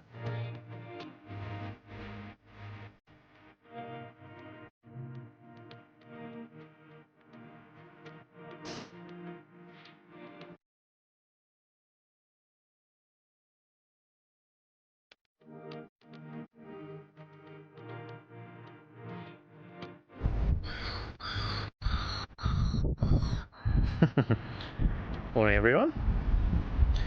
Nice chill morning by the beach. Watch the sunrise. And we just got whales straight off the beach. We're pretty close before. Can't beat this. I'm gonna go check out the lighthouse now, if we can make it up the hill. Bit of rain coming too, so hopefully we beat that.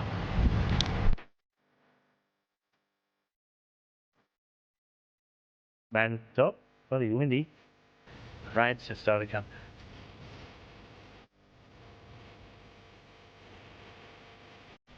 The Vellamania Head Lighthouse was built in 1912 and sits on a hill just north of Exmouth. It was constructed after a series of shipwrecks, including SS Mildria, a cattle ship that you can see off the coast at low tide. A little bit of rain around, so we decided to head to Shot Hole and Charles Knife Canyon for the day. That looks cool. Made it to the top of the canyon. Oof. It's a big walk. We didn't know what this was about today. 6.8k trail, but it's just started pissing down. It's spring. So we're definitely not going to do that. I think there's a small lookout just up there. We'll check out. Where? Oh, just up there. I think that's just part of the walk. Yeah. But yeah, we'll jump up here and have a quick look, and then I think we'll disappear somewhere. Let's all up talk like that chick. The beautiful drive up. No, Hendrik, I'd forgotten about that. Okay. The van made it. You reminded me. Yeah, beautiful. Nice chair. It's all wet. Not going to be here too long. Well, isn't this a good spot to pull up for lunch? I don't care.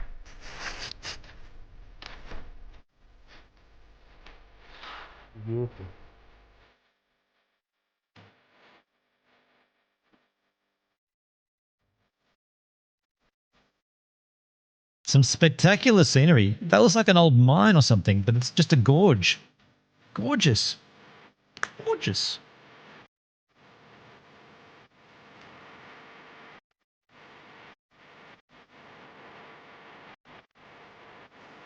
Person, woman, man, camera, TV. Got it.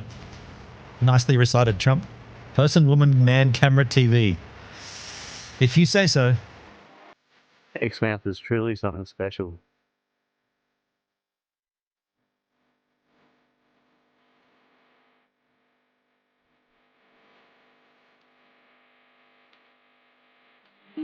Now that the sun's out again, we are back to the beach for a snorkel. Snorkel boggle. Ooh, nice. Rocky ledges. Mate, the snorkeling zone. If you're like me and forgot your snorkel, you can always go to the dive shop and pick up a snorkel for $25. If you're a sucker, we can go to the news agency and they're $19. They got me good.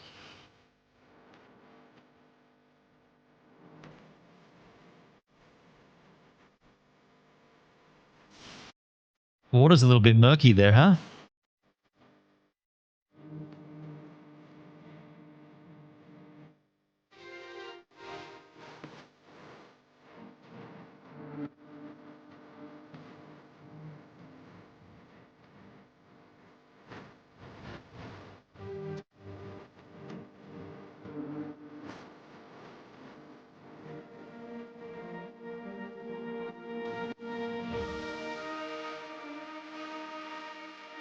Tonight we're in for a bit of a treat.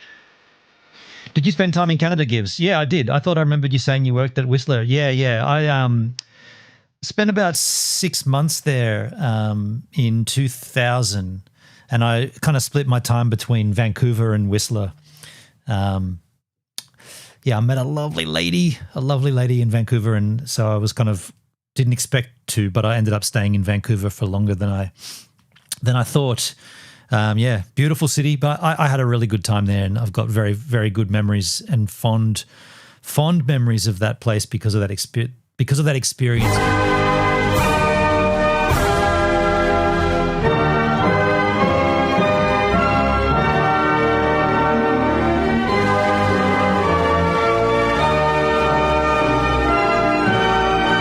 That's the Canadian anthem. There it is. Thank you, Hendrik. Nicely timed. Oh, Canada. It's going to be a blood moon tonight. Pretty keen for. What are we going to cooking over here? Oh, Sausages on, someone just raided, but it didn't work. Sausages on bread. What the hell? What happens when Who raided me on Valora, and why did the raid not work? Undefined. That's unfortunate. That's not working. Undefined rated with 8 viewers. Get a screenshot, fix that. Null rated with viewers. Why did that not work? I wonder why that did. Did it work in the Valora chat? It was It's Mess DG rated.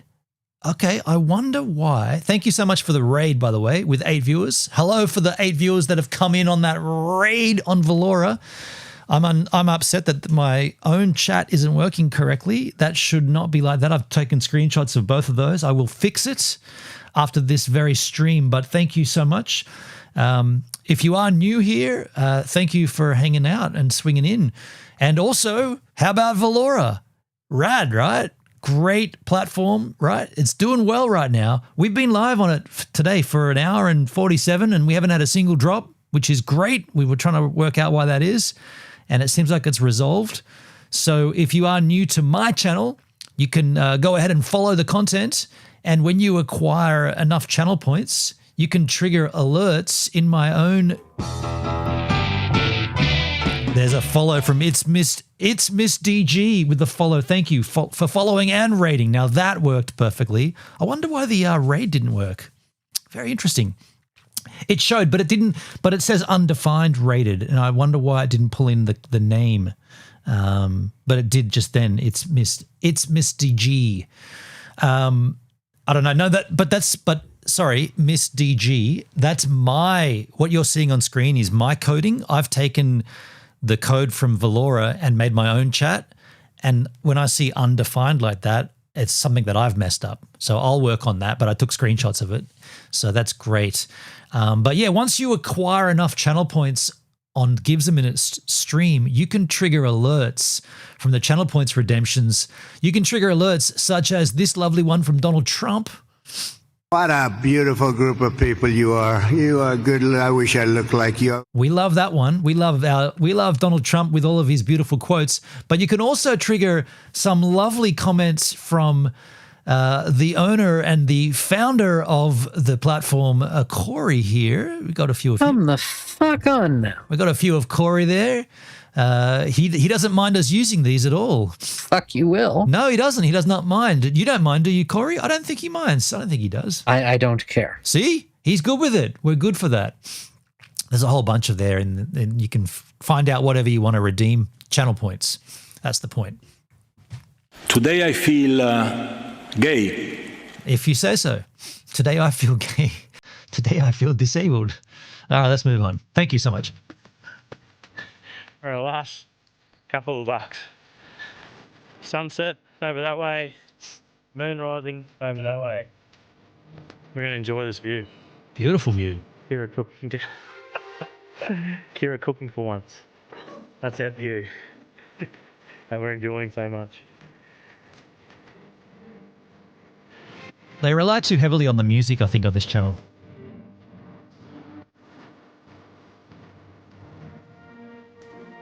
Oh, the Eclipse. They got it. Ew.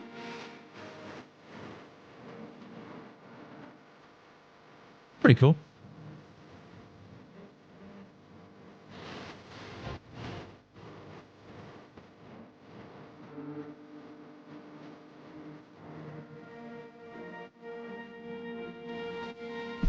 Good morning. Woke up early, 6:30 now. Got up, left camp. And how do you get channel points? Hexy, you've already got them. You get them by commenting in the chat and watching. If you command R refresh, you'll see that you have channel points. You've been here long enough on Valora. You've accumulated enough, man, for sure. Should watch the sunrise. We are down a passenger. Uh-oh. I know what you're thinking. Dingoes are bad around here. The dingoes. Unfortunately, that's not what happened. She might be just getting a bit more shadowy than other people. She's still asleep back there. Lucky her. Beautiful blood moon last night. I think that hit us about dingo danger. Yeah. 12:38 or something, and then it was full eclipsed at 1:38. Maybe. By the way, when that raid came in from you before, I should have triggered one of these emotes in Valora. These emotes are massive, right? Look at that size of that emote. There's no missing that, right? There's a raid incoming. Yeah, it's huge, right? That's a generic emote there from Valora. I didn't put that one in. That's just this one here, the dancing chicken. This one's mine. But yeah, very spectacular. Glad I watched it. Bit tired this morning, but we'll get through it. And that brings us to the end of this week's episode. Thank you guys so much for watching, and we hope to see you again next week. Nice one. Filthy Travels, Kira and Ryan. So just as a reminder, those guys are out on the trip in a Mitsubishi Delica, traveling the country. They've obviously come back from that trip and they're editing video content at another stage. But I'm about to do the same kind of trip in 2 weeks. I'll be live streaming it all, and you can watch along from here if you want to. Nesky with the big raid sticker. Yeah, they're so big, aren't they? I wish I had my stickers from DLive. Hexy, if you still have them, I could add them to my set. I don't know where you have them though. Let's move on and continue with a little bit of content here. Just some other things that we'll take a quick look at. Here is a video called Introducing VAST, the next giant leap. I'm not sure what this is. Is it satellite internet to rival Starlink, maybe? Don't know. We're at a point in history where we have never seen this much investment and activity in human spaceflight ever. We're on a trajectory that puts humans in space permanently. The next big thing in space isn't just getting there. It's learning how to stay. With the International Space Station due to be retired in 2030, we believe it is up to us to solve for this future. Okay. That means building dedicated space stations for private and government astronauts, expanding access to low Earth orbit, and pushing even further, building human habitats for Mars. It is very important, not just for the future. I hate to raid and fade, but I have an early morning. No worries. It's Miss DG. I'm just going to call you DG from now on. Thank you so much for the raid, and thanks for swinging by. Thanks for the follow. Thanks for coming through. Appreciate you. Hope to see you around. Yeah, lots of IRL content coming up on this channel from me in the not too distant future, in 2 weeks from now, actually. So thank you so much, and enjoy your day if you're just getting up, or if you're going to bed to get up later on. Thank you. The future of Earth. So it looks like VAST is another space company doing space stuff. Do our best to preserve it. Part of that story is actually getting humans off of Earth in a meaningful, long-term way. No one has ever built a commercial space station. That changes with Haven 1. America's next space station and the world's first commercial space station. I don't think I ever downloaded the stickers. Bugger, man. It's going to be from the experience right now at the International Space Station. In 2027, a crew of 4 will visit Haven 1 for 2 weeks, launching and docking aboard the proven SpaceX Dragon spacecraft. So it's important for humanity to get out into the stars. I think this is good, not only economically, but just good for the human spirit. So we're talking about another space station. So the ISS replacement, if you like. Okay, cool. Humans need a frontier and something to explore. And it's called Haven? We will be pioneering in space manufacturing, unlocking new industries only possible and the company is in VAST. microgravity. Okay. Our unique strength lies in our strategy, building fast and keeping costs low with an unwavering focus on human safety. Unwavering? We know we can do it, and we're doing it in an unprecedented time, probably 5 times faster and 5 times lower cost than anyone else has built a space station module. Right now, there are nearly 1,000 experts at VAST who are designing, building, and preparing for Haven 1's first crewed mission in 2027. Unwavering. ISS is coming down in 2030. That was my next question. Do they leave it up there if it's being retired, or do they just doing something historic? This will be the first. How do they get it down? This is going to be a very big leap for humanity. The timeline is definitely ambitious, but it should be ambitious. It must be ambitious. There is no doubt in my mind that we are going to do this. Join us. It seems pretty pioneering cool. the next giant leap for humanity. One small step, it'll burn up in the atmosphere. So it's going to fall down. That's interesting, man. Unwavering. VAST, man. That's cool, dude. Now, let's move on and change the angle slightly here. This is something else to do with space. Our all-beloved Elon Musk, folks. I'm not racist. You support not just the populist right, but the far right, in fact, very fringe parties in some countries. No, I support the normal people. Okay. What do you call the far right, falsely? You think as the normal person? Okay. Yes. Literally, you could go back 10 or 15 years, and these policies were completely normal. In fact, one of the tricks that I think is funny. One thing that's quite funny is wait. Is this a debate or an argument? Sorry. That's the same thing. Is this a debate or an interview? Like, take a speech from Obama and Hillary, and then go to someone and say, who's sort of on the sort of what I call the lunatic left, and say, what do you think of the speech by Trump? I'm like, oh wow, he's the worst person ever. Actually, that was a speech by Obama. Or actually, that was a speech by Hillary. Whoa.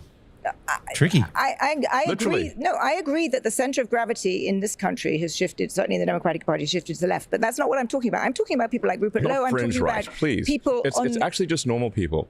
It's just normal people. It's just normal people. And and here are the principles. And tell me which of these sound terrible. That we should have secure borders. That we should have safe cities. That we should have sensible spending. Which of those three are far right Those fringe? three? No, And I would like to just admonish you and the media for the absurd characterization of the far right. It is false and misleading and nonsense. Please keep this part in. We'll keep all of this in. But let me. Please keep this part in. Misleading and nonsense. Please keep this part in. We'll keep. Dude, I'm getting that as an audio drop. Please keep this part in. That can be used all over the place. QuickTime player. Where is my QuickTime player? Please keep that part in. QuickTime player will do a new recording here, new audio recording. And it's over here now. Start a recording. Get the, you. False and misleading and nonsense. Please keep this part in. We'll keep all of this in. But Please keep this in. That should work. You won't be able to hear it. I mean, I'm assuming that worked, but why? Let me just verify. Loop back. Loop back is the secret here. QuickTime. QuickTime was off. That's why. False and misleading. Swish. Cool. Okay, cool. So I'll keep that. Please keep this part in. We'll save that. Please keep this. I'll just call it please keep this. And we'll get a screenshot of Elon there for the thumbnailers. And we'll keep going. let me. Don't cut this part. Oh, wait, that's bigger. Please keep this part in. We'll keep all of this in. But let me. Don't cut that bit. He's a funny looking character, isn't he? Cut this part. Let me push back on that. Let me push back on that because you have nonsense. Elon, you have what is it? Close to 250 million followers on X. Yeah, because you say things like, popular guy. Quote, civil war in Britain is inevitable. Just a question of when. On the current trend, yes. I mean, when were you last in the UK? A few years ago. Exactly. So I live there. I'm there the whole time. That is nonsense. You live a cloistered existence. No, I don't actually. And the numbers also disprove what you say. What numbers? All the numbers about crime. London is a much safer city than any city in the United States. Violent crime in the UK is not where you think it is. In fact, it's coming down. You have painted, and because you have so many followers, so many Americans believe it, a kind of view that Europe and the UK are kind of, overrun with terrifying Muslim immigrants. There's rape on every corner. There's a sort of civilizational destruction. I haven't said any of those things. If you have a large and rapidly growing group of people whose beliefs are antithetical to Western beliefs, at some point there will be a reckoning. They will try to implement their views, and those who oppose it will oppose it, and that's what you call civil war. And obviously, this is the trend. And you absolutely do live in a cloistered existence. And if you'd like, we can go on a tour of Britain. Sure. I'd be very happy to come on a tour of Britain. And you will see for yourself. You come see my country that I live in all the time, and you haven't been to a few years ago. I've been there literally 100 times. But when was the last time? Literally a few years ago. You know why this exercises me? Because you have really shaped opinion about the UK. And so many Americans I come across, and I have conversations with, and and I just had one the other day, along the order of, oh, London's such a dangerous place. How can you know? There are sort of grooming gangs everywhere. There's violence everywhere. This is a picture that people get from things that you post or that are posted on X. And for example, you're posting for, what was it, 48 hours of Citizen Vigilante. That film, which, paints a dystopian, I've watched it. Yes. It was not fun. I watched it yesterday. It's not a very good movie. But it also paints a dystopian picture of Europe. And it glorifies vigilante violence. It glorifies the murdering of a Muslim immigrant family. I honestly think that it is irresponsible for you to put that up on X. I think that it's a movie, and it's worth watching. People say that you're a racist. What is the motivation for doing Yes, that? Are you fomenting? My partner is she's half Indian, and and I have 4 children with her. Racist. You know, one of them was named after a famous Indian physicist. So I would say I'm not racist, and also if you look at the people that are employed at my companies, we have senior executives of all races. There's I don't think there's any racism there. Are you anti-Muslim? I'm against having if people are coming to a country with antithetical views.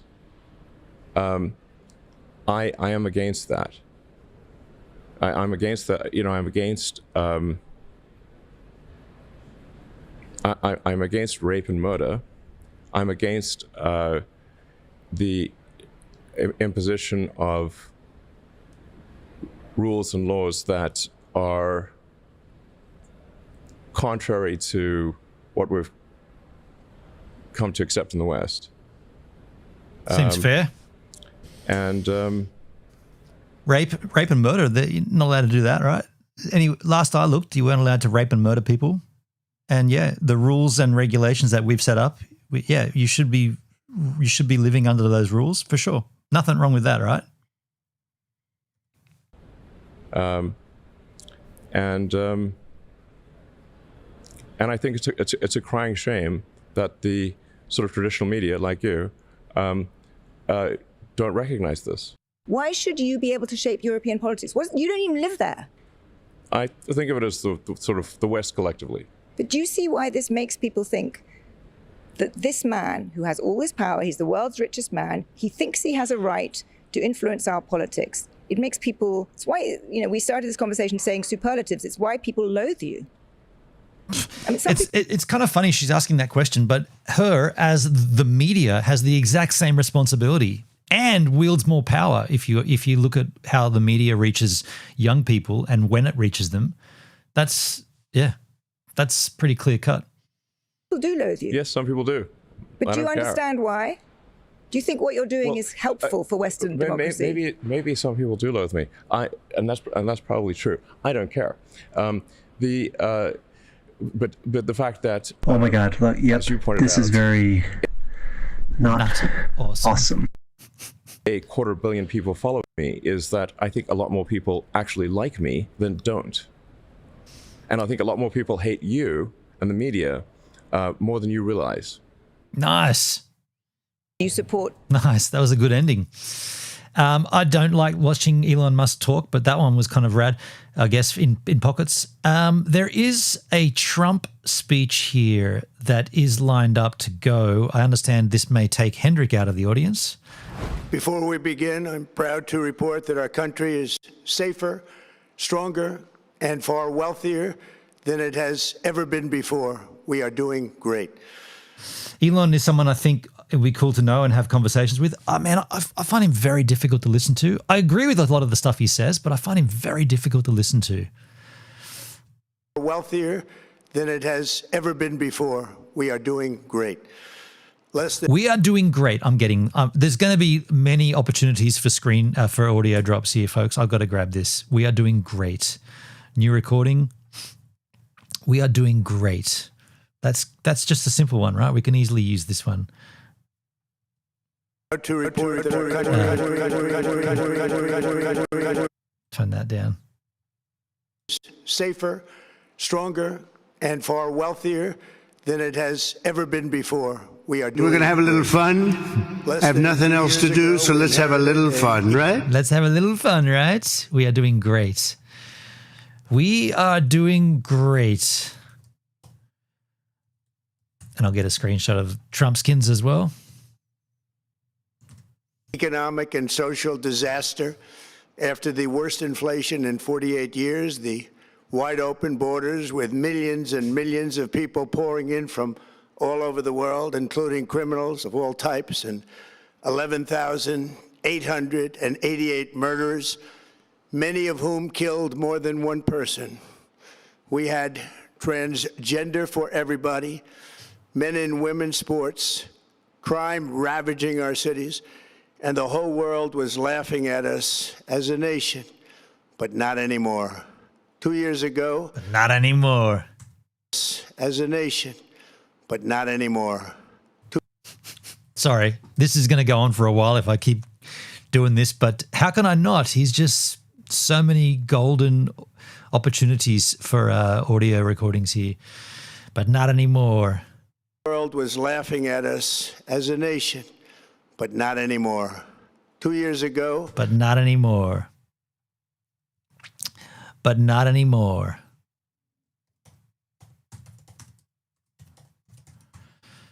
I won't keep. I mean, he's going to have to. our country was dead. Now, Whoa.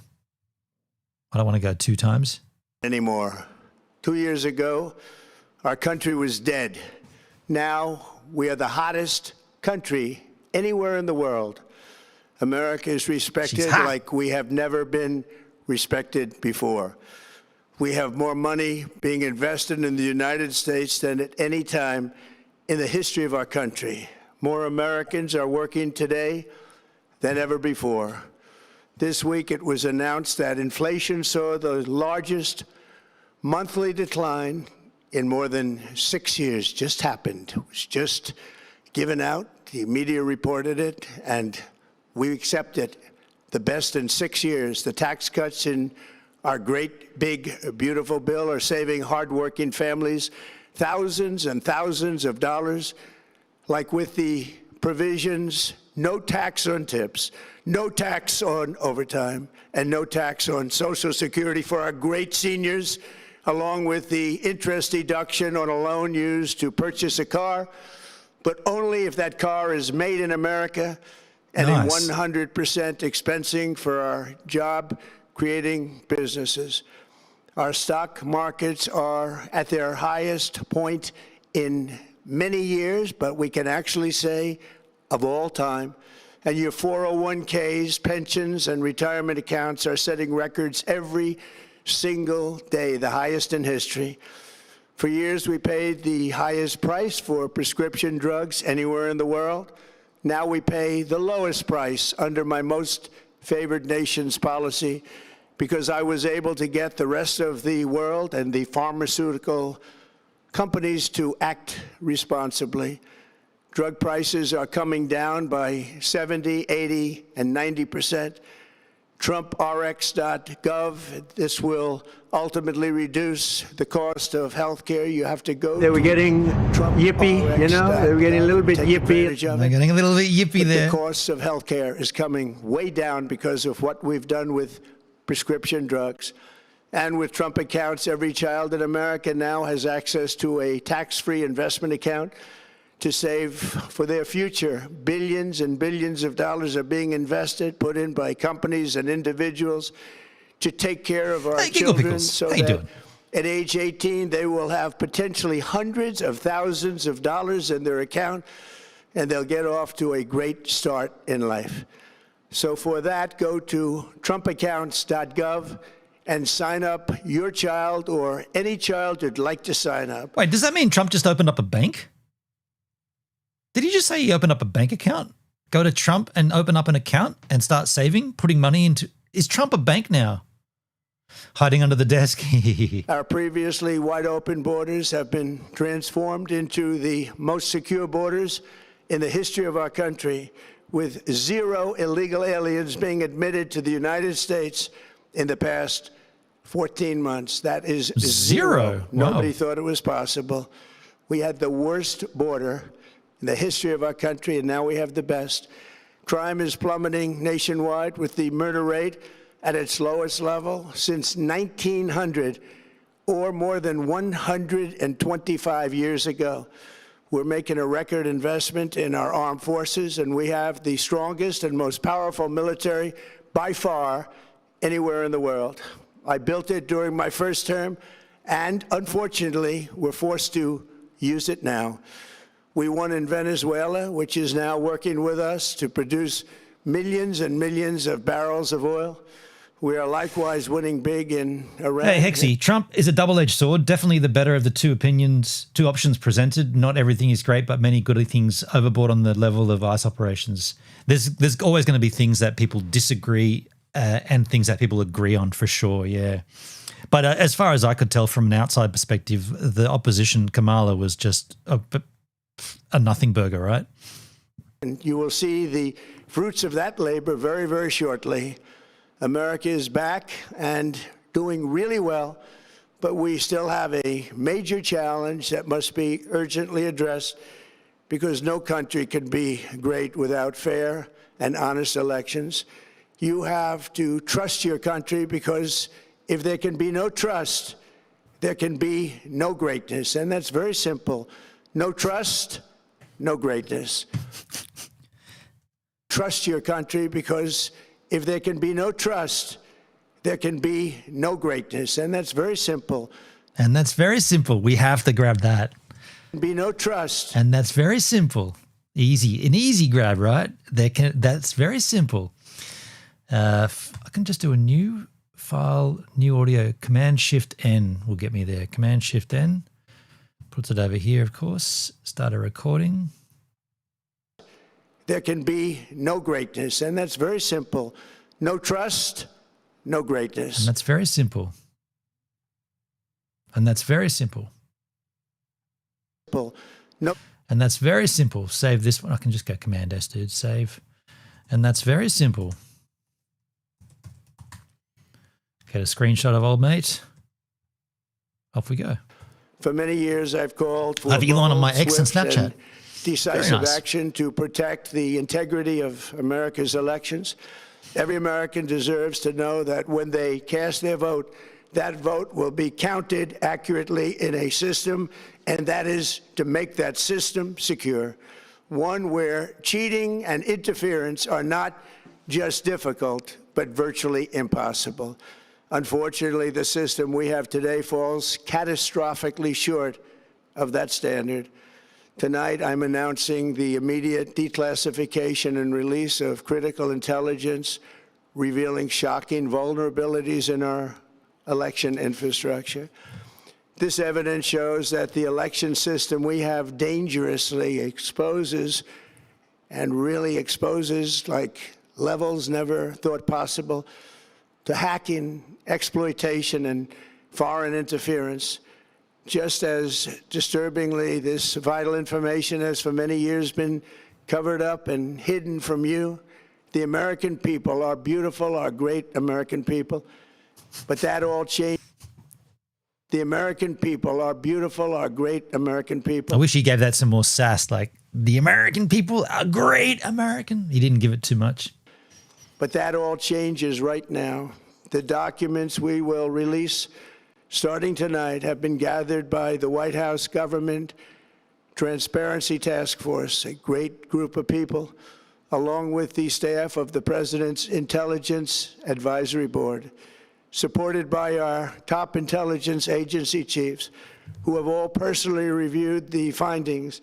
We are presenting this evening and fully confirmed their authenticity. He's a very nice person to talk to. You can see these documents for yourself at whitehouse.gov. That's whitehouse.gov. Go check it out. Go check it out. Go check it out. That's whitehouse.gov. Go check it out. I gotta grab it. I gotta grab it. I gotta grab it. Command-Shift-N for a new recording. Put it over here. Record. Go check it out. .gov. That's whitehouse.gov. Go check it out. Our purpose. Go check it out. Stop the recording. Save the recording. That's a copy. My bad. Command. Don't. Sorry. Save the. Go check it out. Screen grab of his lovely head. In disclosing this information is not to weaken confidence in election, but to earn that confidence by confronting vulnerabilities and correcting them. Originally, I did not think he would have won the election when Biden was put in charge, but after seeing COVID deceptions and Democratic manipulations, I think they stole the election. Interesting. They stole it. Very quickly, and that's what we're doing. The documents cover 5 major areas of concern. First, they show that over a period of years, starting during the 2020 election cycle, the People's Republic of China carried out what is believed to be the largest compromise of election data in history, resulting in China's illicit acquisition of 220 million U.S. voter files. That information includes names, addresses, phone numbers, political party preferences, and other sensitive data that would be needed to register to vote and engage in other nefarious activities, which is exactly what was happening. Whoa. This data loss presents an unprecedented election security nightmare. The intelligence even shows that China assigned a data exploitation unit specifically to this new project. Compounding the travesty, the second set of documents we are releasing reveals that members of the deep state, very, very famous group of people, in many cases, in our intelligence agency work to actively suppress and downplay information about the extent of China's sinister election meddling, covering it up from both the president and the American people like nobody thought was possible. U.S. spy agencies began learning. It's like he wants to go to war with China now, like physically. About the compromise of voter registration files in 2020, when they discovered that tens of millions of voter data, think of that, tens of millions of voters' data in 18 states have been bought, stolen, or hacked by China. Hacked. Sadly, can't believe anything he says. I mean, he's not making this up, though, as he was. Bought, stolen, or hacked by China. Yet those responsible for sounding the alarm instead kept the information secret and hidden. They did not disclose to me as president or to anyone else, and to the best of our knowledge, they did not inform Congress. In fact, all they kept saying is, this is the most secure election in the history of our country. A standard, very pat line that was divvied out to say. Still says things like the strait is open when clearly not. Is even more disturbing in light of the additional information showing that China engaged in other election-related activities to undermine my first administration and our 2020 campaign. They did not want, and they just didn't want it. They fought like hell not to have it, Donald Trump, to win, and for good reason. As the documents we are releasing show. That's weird. That was a weird saying. They fought like hell not to have it, Donald Trump, to win, and for good reason. That's weird. The way he said that. Hell not to have it, Donald Trump, to win, and for good reason. As the documents we are releasing show, CIA reporting explicitly stated, and I quote, in mid-2018, the Chinese Communist Party's policy was to leverage all domestic and foreign elements that were opposed to the U.S. president in an effort to reduce the U.S. president's votes and make him resign or prevent his re-election. Isn't that nice? Also, in mid-2018, China was working to influence the results of the U.S. midterm elections and later the results of the 2020 presidential election itself. Separately, in mid-2019, the Chinese government's strategy against the United States was focused on undermining domestic confidence in the U.S. president. They wanted to just make you sound like your president wasn't so hot, when actually your president has done a great job, and they did everything possible to do exactly that.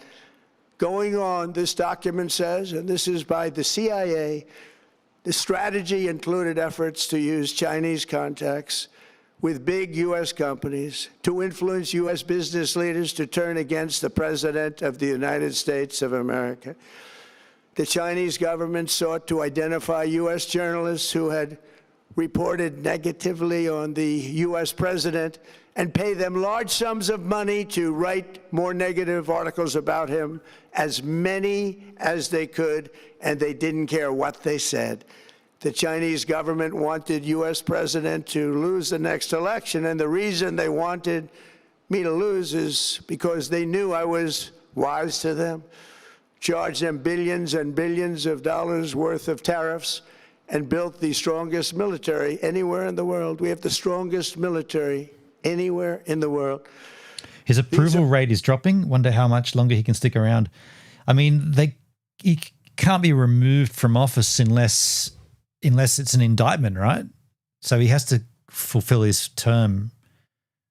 I don't know how that all works, but is that based on approval rating, though? From the CIA reporting, the name of the person doing the quote is now under review, but it gets even He's getting worse. very close. Raw intelligence obtained by the FBI in 2020, yet buried by rogue bureaucrats, stated that China's activities even included an attempt to manufacture illegal ballots for Joe Biden.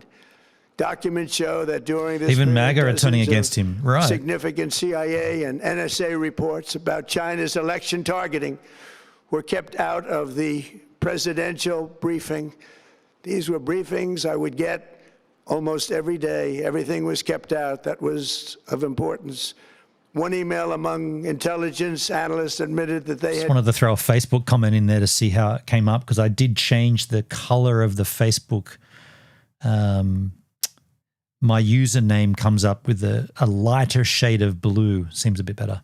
Quote, deliberately massaged the presidential daily briefing to withhold information regarding Chinese activities related to the election. Another official inside the FBI wrote that she was running, quote, a shadow government, unquote, to keep intelligence about China's election meddling from becoming known and to keep it away from the honorable press. I'd like to see income tax replaced by tariffs. Interesting. Other officials who witnessed such efforts perceived the motivations to be blatantly political. Recently, we found significant numbers of burn bags in formation, and this is a group of bags that were used to destroy information given by President Barack Hussein Obama to be burned. It was supposed to be burned. I like it when he goes off script better. Reading from the teleprompter doesn't give as much chance for him to really get going. These bags were supposed to be at a different level by different people, incinerated and checked, but it never happened. Maybe we got lucky. We believe this was not done on purpose, but rather through gross incompetence of the people that was supposed to burn the bags. But the findings are stunning. Today, I'm asking the Office of the Director of National Intelligence, the Department of Justice, the FBI, and the CIA to investigate how and why such crucial information was hidden, to fire those involved in the cover-up, and to file criminal charges, if appropriate, against these people. Yet concealing China's meddling was only the beginning. The third set of documents we are releasing proves that for many years, Americans were blatantly lied to about the security of our election infrastructure, including electronic voting machines and ballot counting systems. Dishonest, almost all. They're vulnerable. Wait, almost all of them were dishonest? That means even the ones that were in your favor were dishonest? Because that's what he said. Well, they're easily compromised, and people within our government knew that.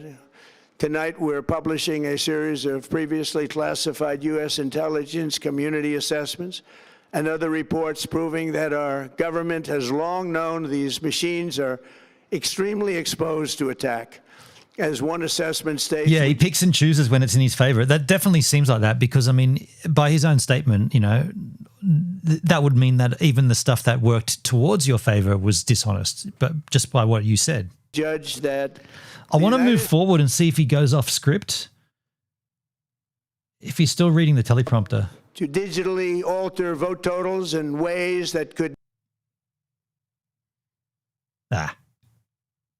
Other people's names. Submitted fraudulent registration. I guess near the end when he finishes it, he might freestyle a bit.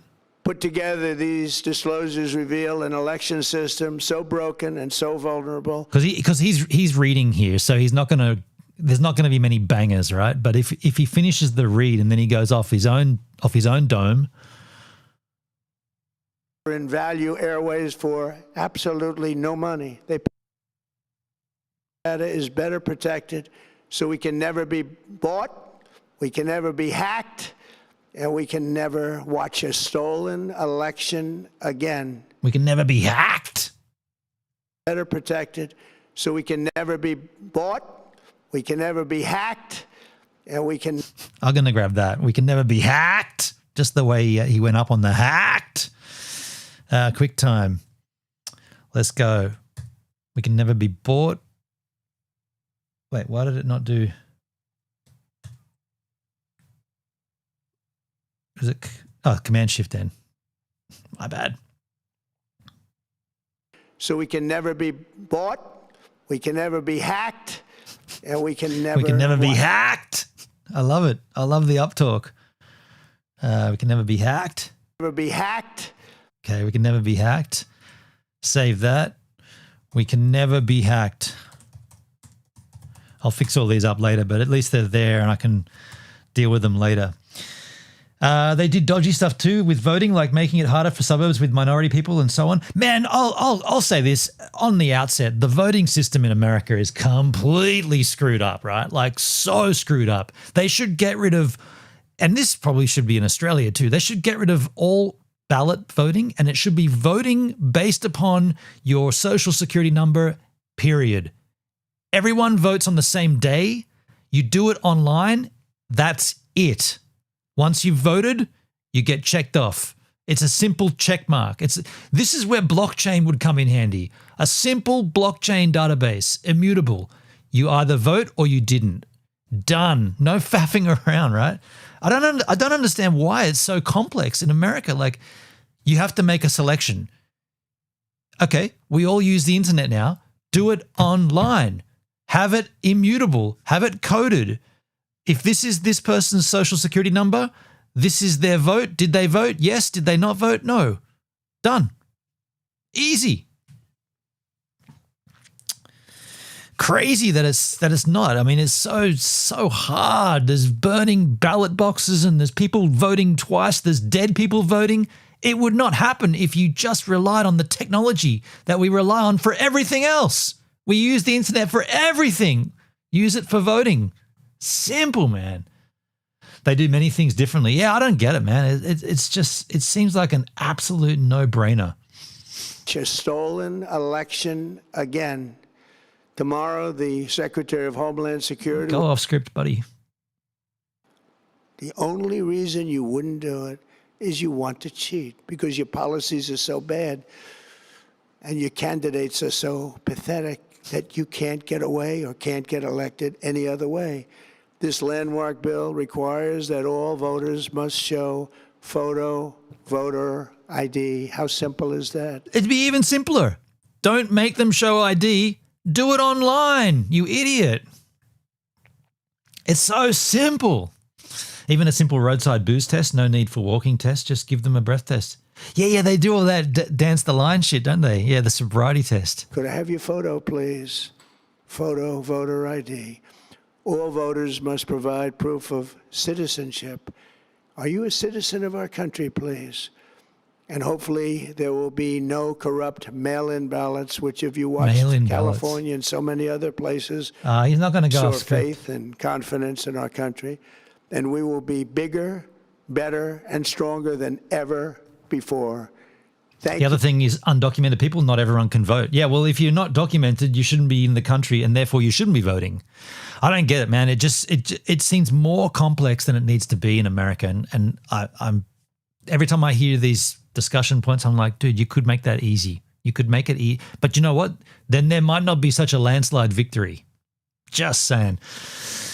Either way, folks, I'm out of here now. I will be live again tomorrow because I'm not working, so I'm going to stream. But I'll be here at some point in the morrow. We'll talk some more then. But thanks for hanging out with me while you did and where you were. And now you can go back to doing whatever it is you were doing before you came to hang out here with me. But I appreciate you all the same. Thank you, Hexy. Thank you, Woz. And don't forget to farkle in the chat. Yeah. I like this tune. but as the sight faded, had to find my way. Take care. Thanks, Woz. Hexy agrees with blockchain voting. A token for president? Yeah, man, a token, right? It would work. Fuck all the Farkles. Yes. Might do a crypto stream tomorrow. Maybe. We'll see. Life's a subtle rhyme. No drops on Valora. I'll report that to Corey. This is awesome.